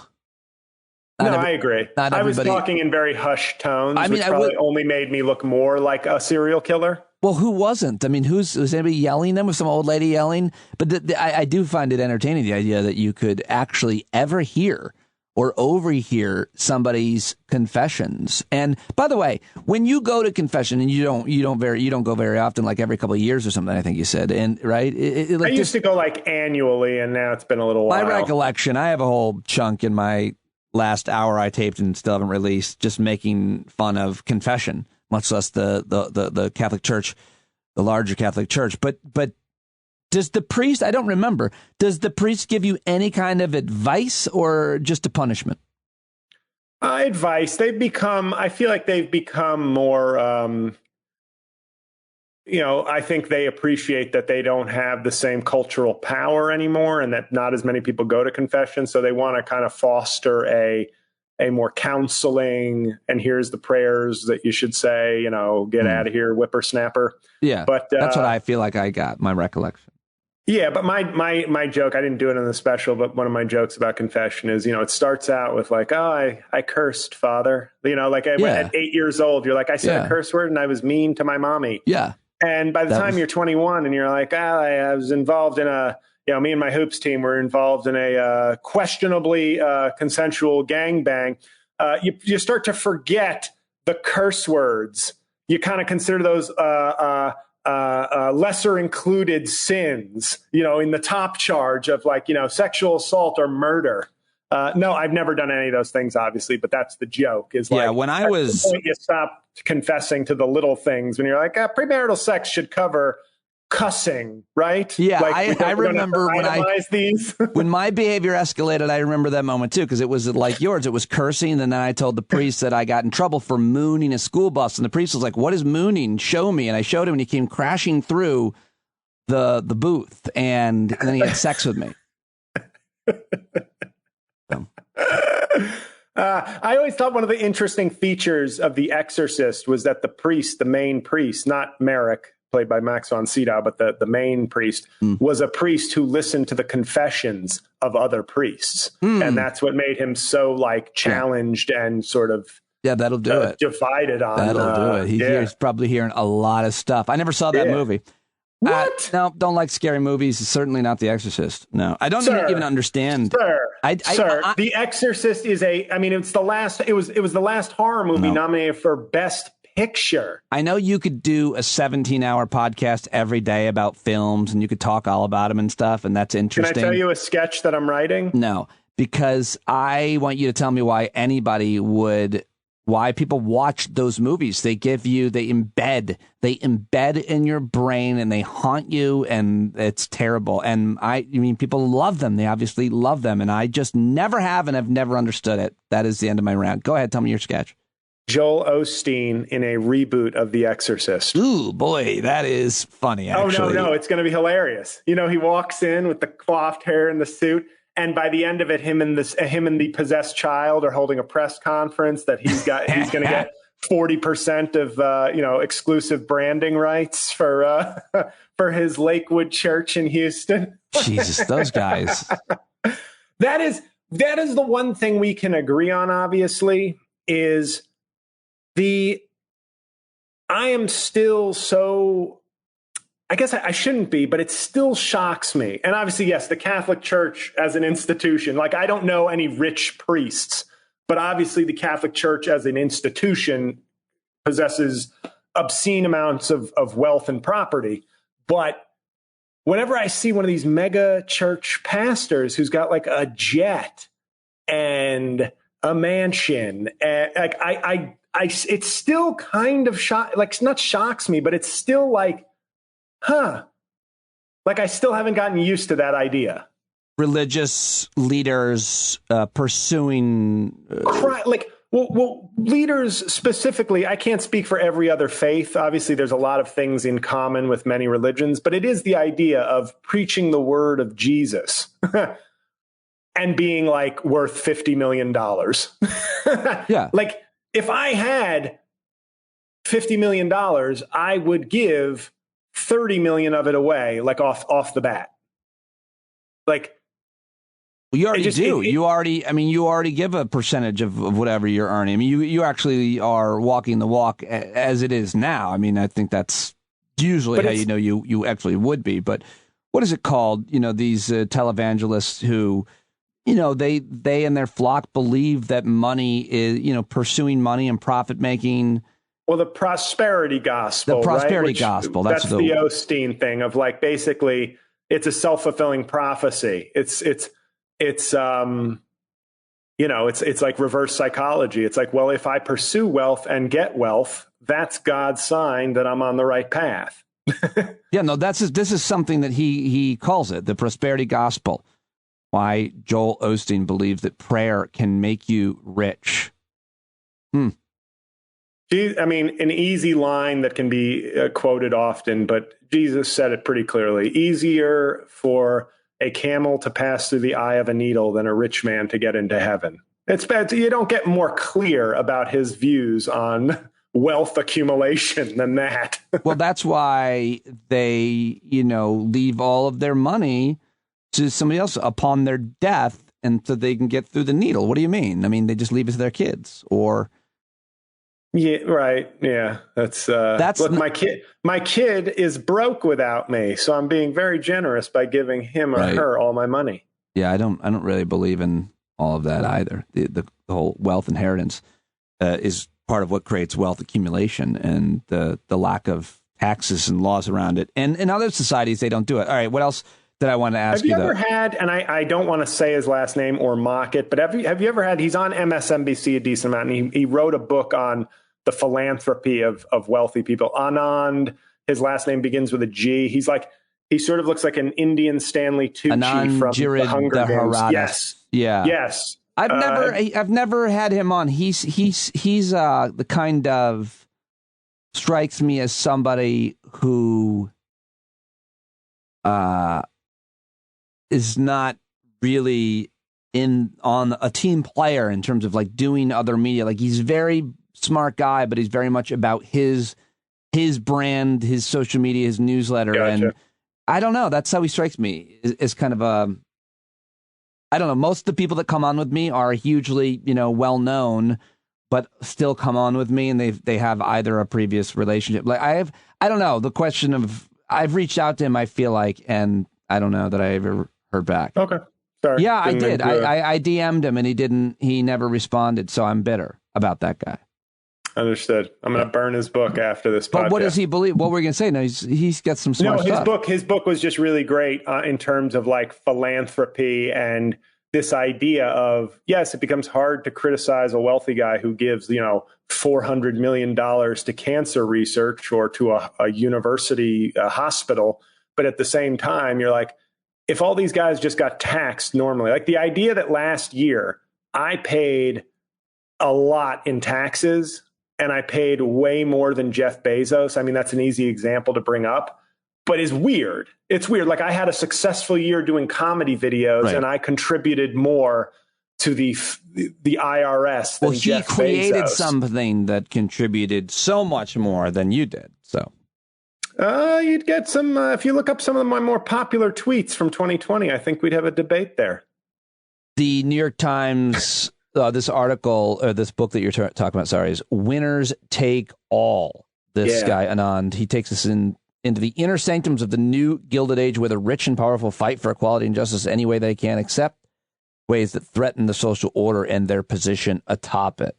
And you're a big reader, and you like to tell the people who follow you what books you're reading. And you read them. I have purchased so far, and I don't mean to alienate any of your great guests, but in 2021, I did purchase 3 Pete Dominick guest books, and I've read 2 of them so far. Heather McGee's excellent book. The sum of all. 2034, because I haven't read a lot of fiction this year, but I really enjoyed, and it's a little scary, but I enjoyed 2034 by Admiral Stavridis. Yeah, Elliot Ackerman and Admiral Stavridis. Yeah. And so I read those 2, and the last one I have that I haven't read yet is The 10-Year War by the guy who wrote on the fight for Obamacare. Right. So that's on my bookshelf. So really, Jonathan Cohn, a very good book that documents that whole time better than anything else. Yeah. No, if I can tell you my favorite book of the year, though, please. It is. I mean, this nonfiction. Book, nonfiction. For a while, it was Zero Fail by Carol Leonnig of the Washington Post about the Secret Service. Great book, great read, great history. And then I read this book, Alpha, by David Phillips, which is the story of Eddie Gallagher, the Navy SEAL that Trump championed. Yeah, I know a good bit about that. Is incredible. I mean, like this. It's just. It is. I can't quite put it at the level of my favorite nonfiction book of all time, The Looming Tower by Lawrence Wright. Oh, really? That's your favorite? I know. Yeah. That's how I found out about Ali Soufan and became friends with him. Right. The Looming Tower is just the gold, to me, the gold standard for like nonfiction writing. Yeah, it was just it's really good. I went to see Lawrence Wright do like in Soho some like spoken word one man show he was doing about the Looming Tower. That's how much I loved the book. But Alpha is why is it so? What is the book about Eddie Gallagher's case, or is it about the larger culture of both? special ops or military in general? Navy SEALs mainly, but as obviously an example, because the Navy SEAls are this sort of almost different branch in terms of the autonomy they get, the rebel status that became sort of ingrained in it that, you know, allowed for certain skills, but also allowed for an undermining of sort of discipline and, you know, constitutional loyalty. Well, I will look into that and the author and maybe get him on. But I want to ask you about a few more things before I got to let you go. I hate to speed you up. But no, it's okay. I have a day job to get back to because Half Black Face has not been released yet. What did you think of the Rittenhouse verdict? What did you think of the Arbery verdict? You're a cultural commentator as well as a comedian and a lawyer as well. And you even worked at the Department of Justice at one point, right? So no. You worked at the state attorney's district attorney's office. Bronx district attorney's office. That's what I said. And I don't know why you would correct me. What did you think of those cases? What do you think of the jury system? Is it the best system ever designed? Even though it's flawed? Can I use what is it? Can I use a Winston Churchill cliche, which is it's the worst system except for all the other systems? Yeah. Or whatever? I mean, it's flawed. It can be rigged. It's got all kinds of problems, but come up with a better one. The Rittenhouse.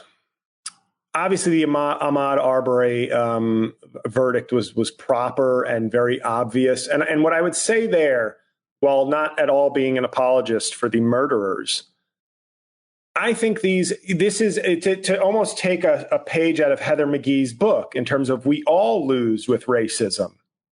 Eventually, it will hit certain communities. In the Ahmaud Arbery case, he's the real loser here. I mean that not in a Trump way, but he died. He was murdered. So like the racism cost him literally everything. But it's also going to cost these three men their lives and their lives in terms of their freedom.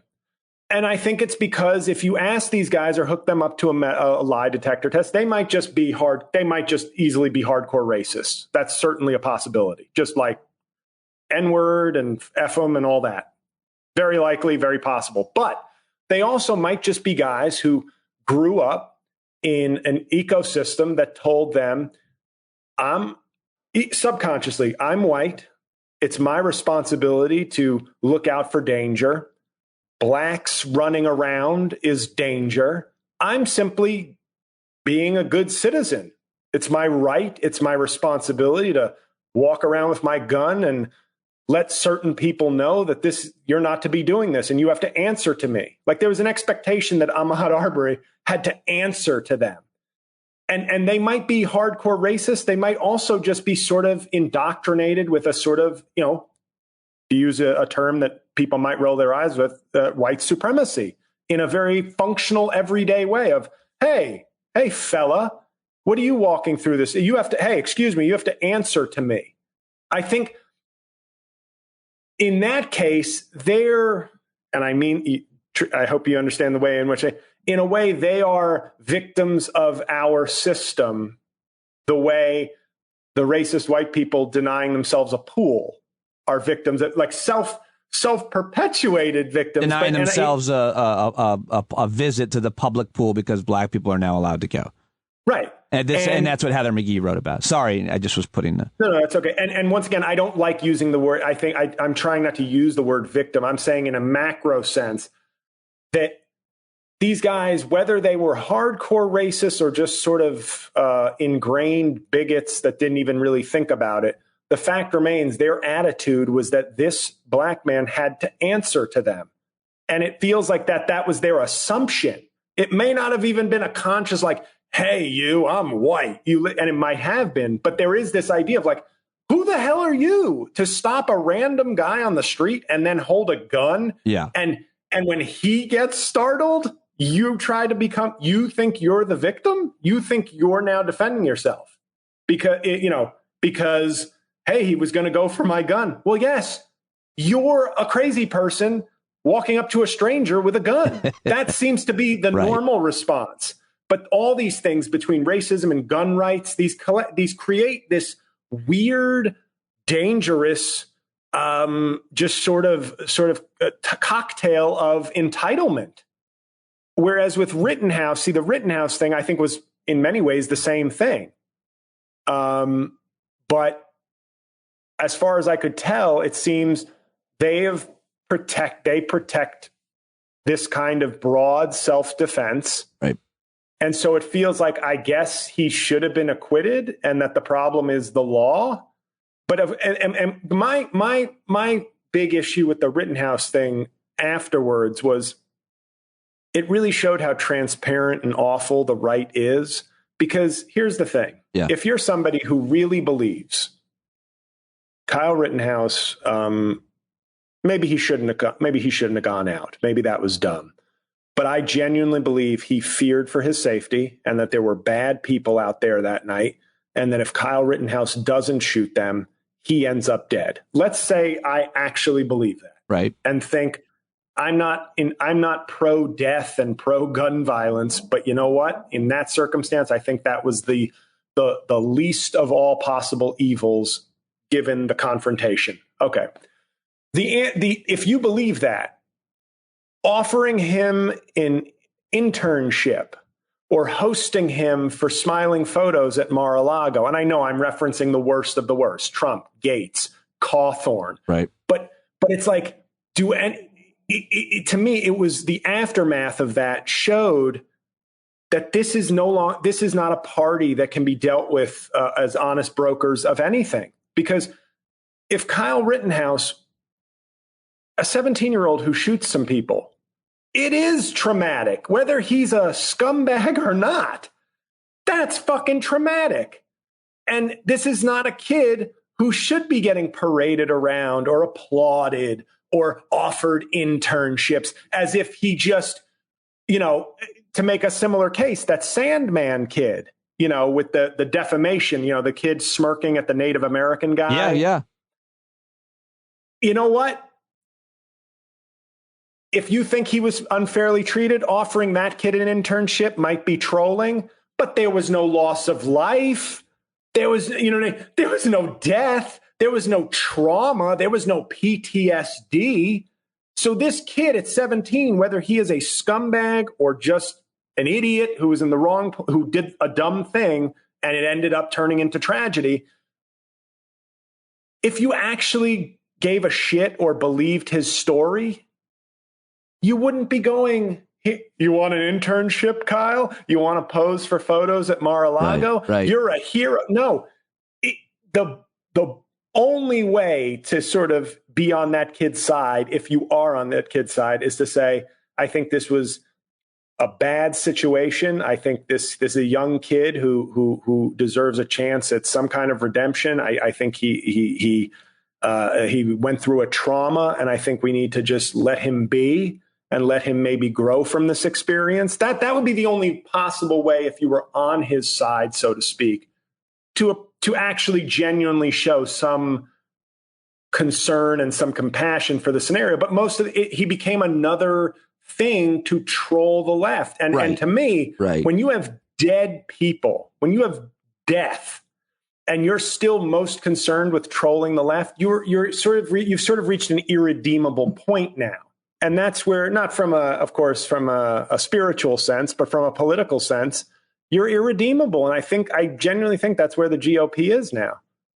Well, or it's just another example of that. It's a clear example of that. I think they've been there. That brings me to one more instance and a final kind of question here. Did you see the comments from Congresswoman Lauren Boebert over Thanksgiving, where she said she was on a Capitol elevator with Congresswoman Ilhan Omar, and she said to herself, "Well, she doesn't have a backpack. We should be fine." She basically did a little stand-up, little bit. Did you see this? Did you hear this? I'm just wondering when Rachel Feinstein is going to play her in an SNL parody. She looks just like her, yeah. Right? Yeah. Lauren Boebert to me is some sort of. Can you hear it? So, can you hear it? Mm-hmm, yes. All right. So the other night on the House floor was not my first Jihad Squad moment. So I was getting into an elevator with one of my staffers. And he and I we're leaving the Capitol. We're going back to my office, and we get in the elevator, and I see a Capitol police officer running hurriedly to the elevator.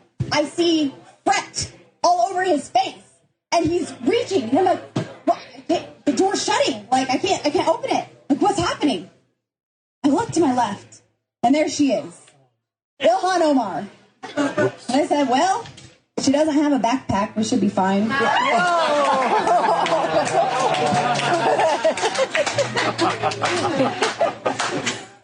we only had one floor to go, and I was like, do I say it or not? I looked over, and I said, oh, look, the Jihad Squad decided to show up for work today.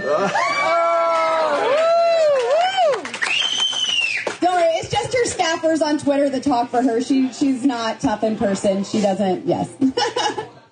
Okay, so you talk about Russell Simmons' Def Comedy Clan. I mean, you're the perfect person to comment on that, and because she is totally doing a kind of a performance there. She's on stage with a mic.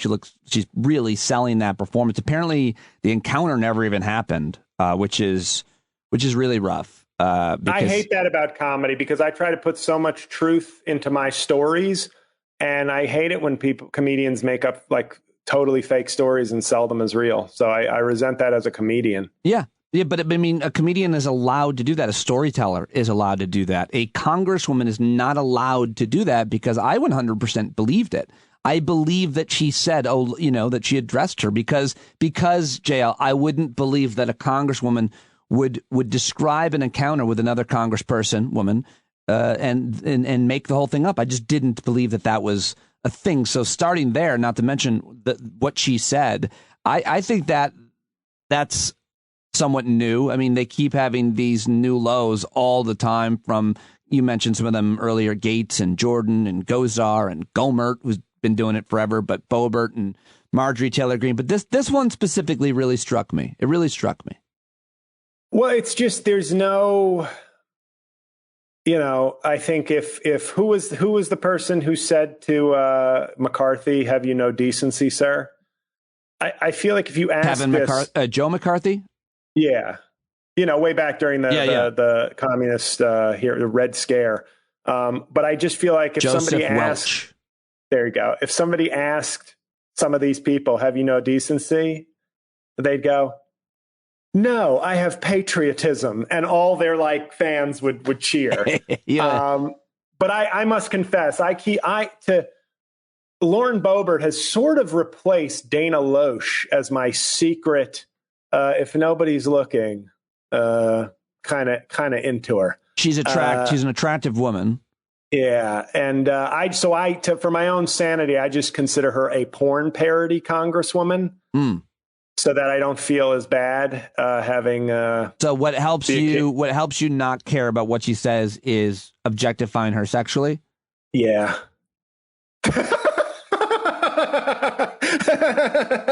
I do. Well, let's be honest. It's not like she's not trying to do. That's all she's selling is that I'm cute and offensive. That is a brand. That is a brand.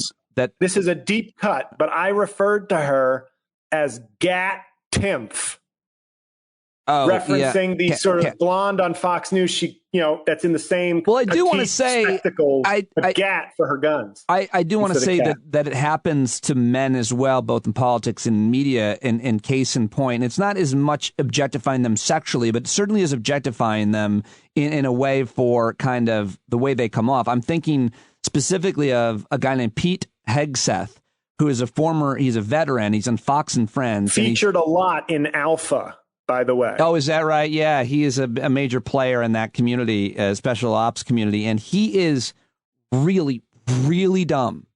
But when you are a good looking person who is ex-military, especially special forces, you then get put in a place. And Lauren Boebert and others as well, in both media and politics, you can win those positions with kind of a real, and it's always been the case. But what I'm trying to say is it's not only do we objectify the women and they're attractive, and Sarah Palin was a perfect example of this. She wouldn't have gotten very far without being that attractive is what I'm saying.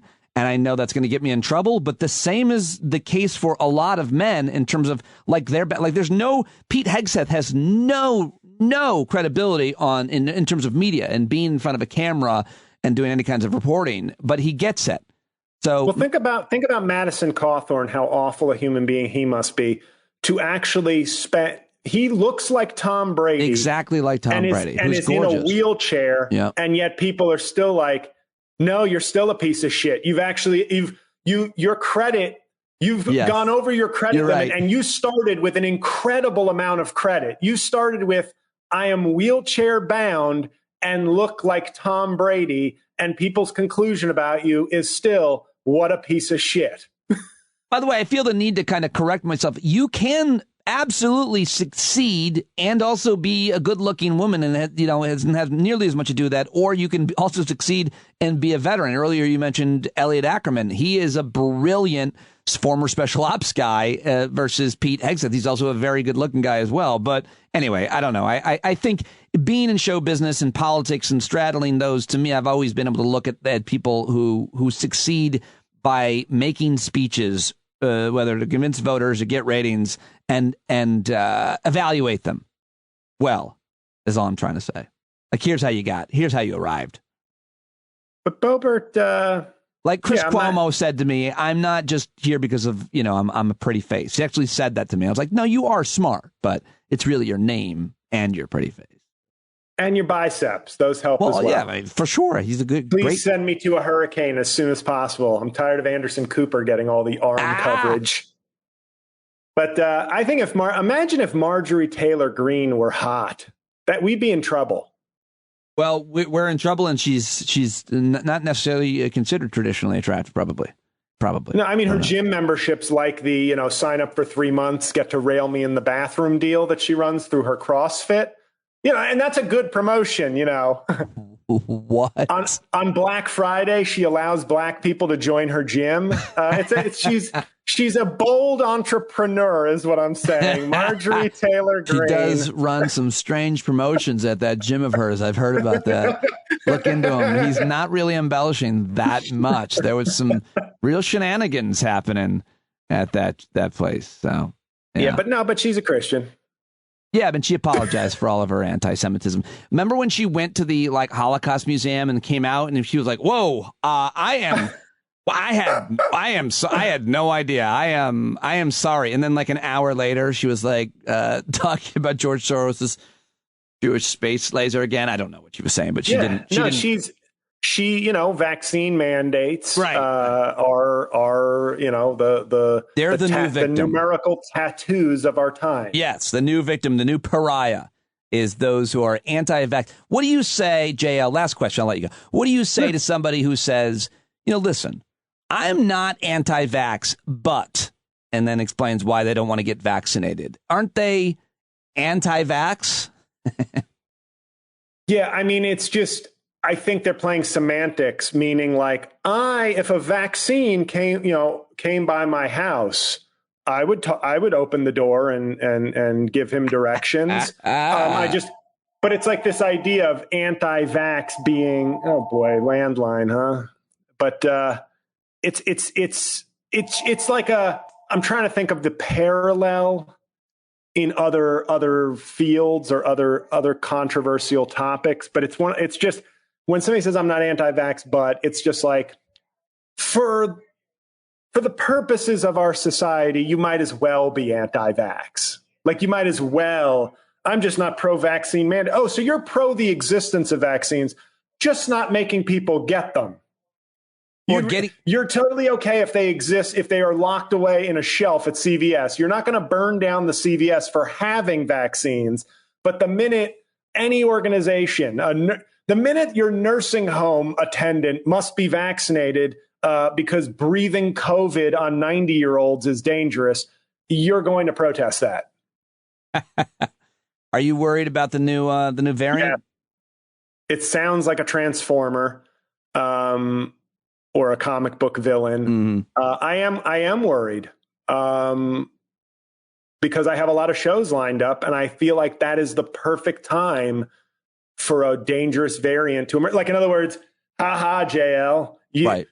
Our first COVID you may have gotten rich off of, but now it's time for payback. You think this new variant is specifically targeting your career?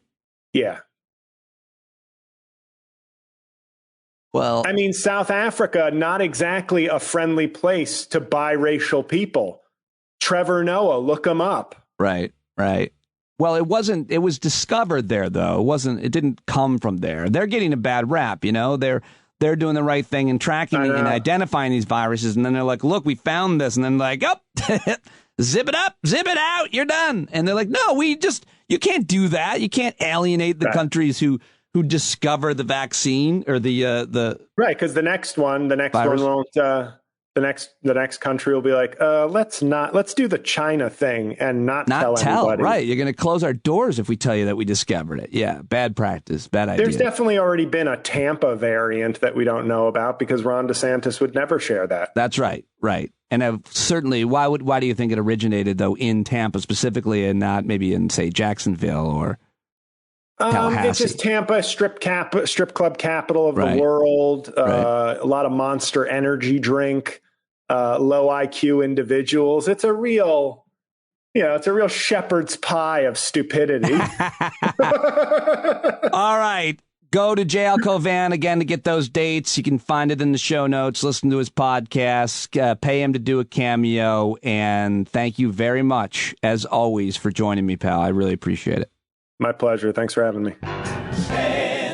All right, there he goes. Check him out live in Pittsburgh and D.C. in December, in Harrisburg and Chicago in January, and San Jose and Burbank in February. JLCauvin.com. Listen to his podcasts as well. Righteous Prick and Making Podcasts Great Again. And let him know that you heard him here on Stand Up. That's all I've got for you on today's program. Thank you very much for listening and for supporting. I hope to see you Wednesday night at our virtual hangout, January 15th in King of Prussia, Pennsylvania at Soul Joel's Comedy Cafe with Ophira Eisenberg and Christian Finnegan. I'll be at Levity Live this Thursday and Friday with Craig Shoemaker, and seeing the Broadway show Jagged Little Pill with my wife in Manhattan on Saturday night. I don't know why I'm plugging that. I'm just telling you I'm doing it. I'm excited to do it and looking forward to it. And now that's the end of the show, and that means the great John Carroll is going to sing us out with our song, Stand Up. I'll talk to you tomorrow. You better stand up. Stand up. Show your face of every color, yellow, black, red, and brown. This is the place where every lost child will finally be found. There's only one thing to do before we stand our ground, and that's stand up.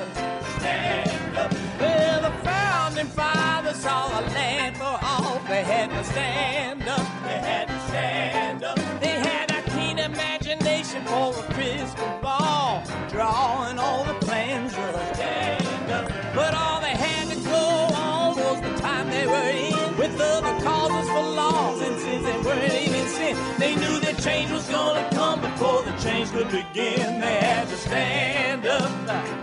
All right, they had to stand up. We got to stand up. We got to look the devil square in the eye. We gotta let him know it's his time to go, and make it clear when all we hear is a lie. Why you lying awake wondering where the money all went? It'll be the cost of freedom that'll go unspent. You can see him flee the scene of that experiment if you stand up.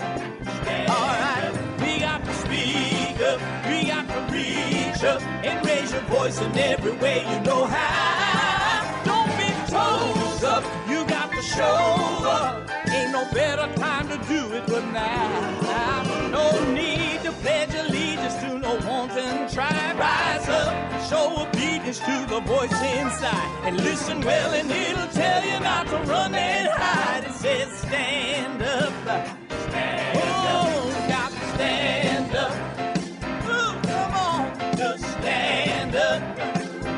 Everybody got to stand up in the darkest hour. Stand up. People got the power. Stand up. Come on, come on, come on. Come on, come on, come on. Come on, come on, come on. Stand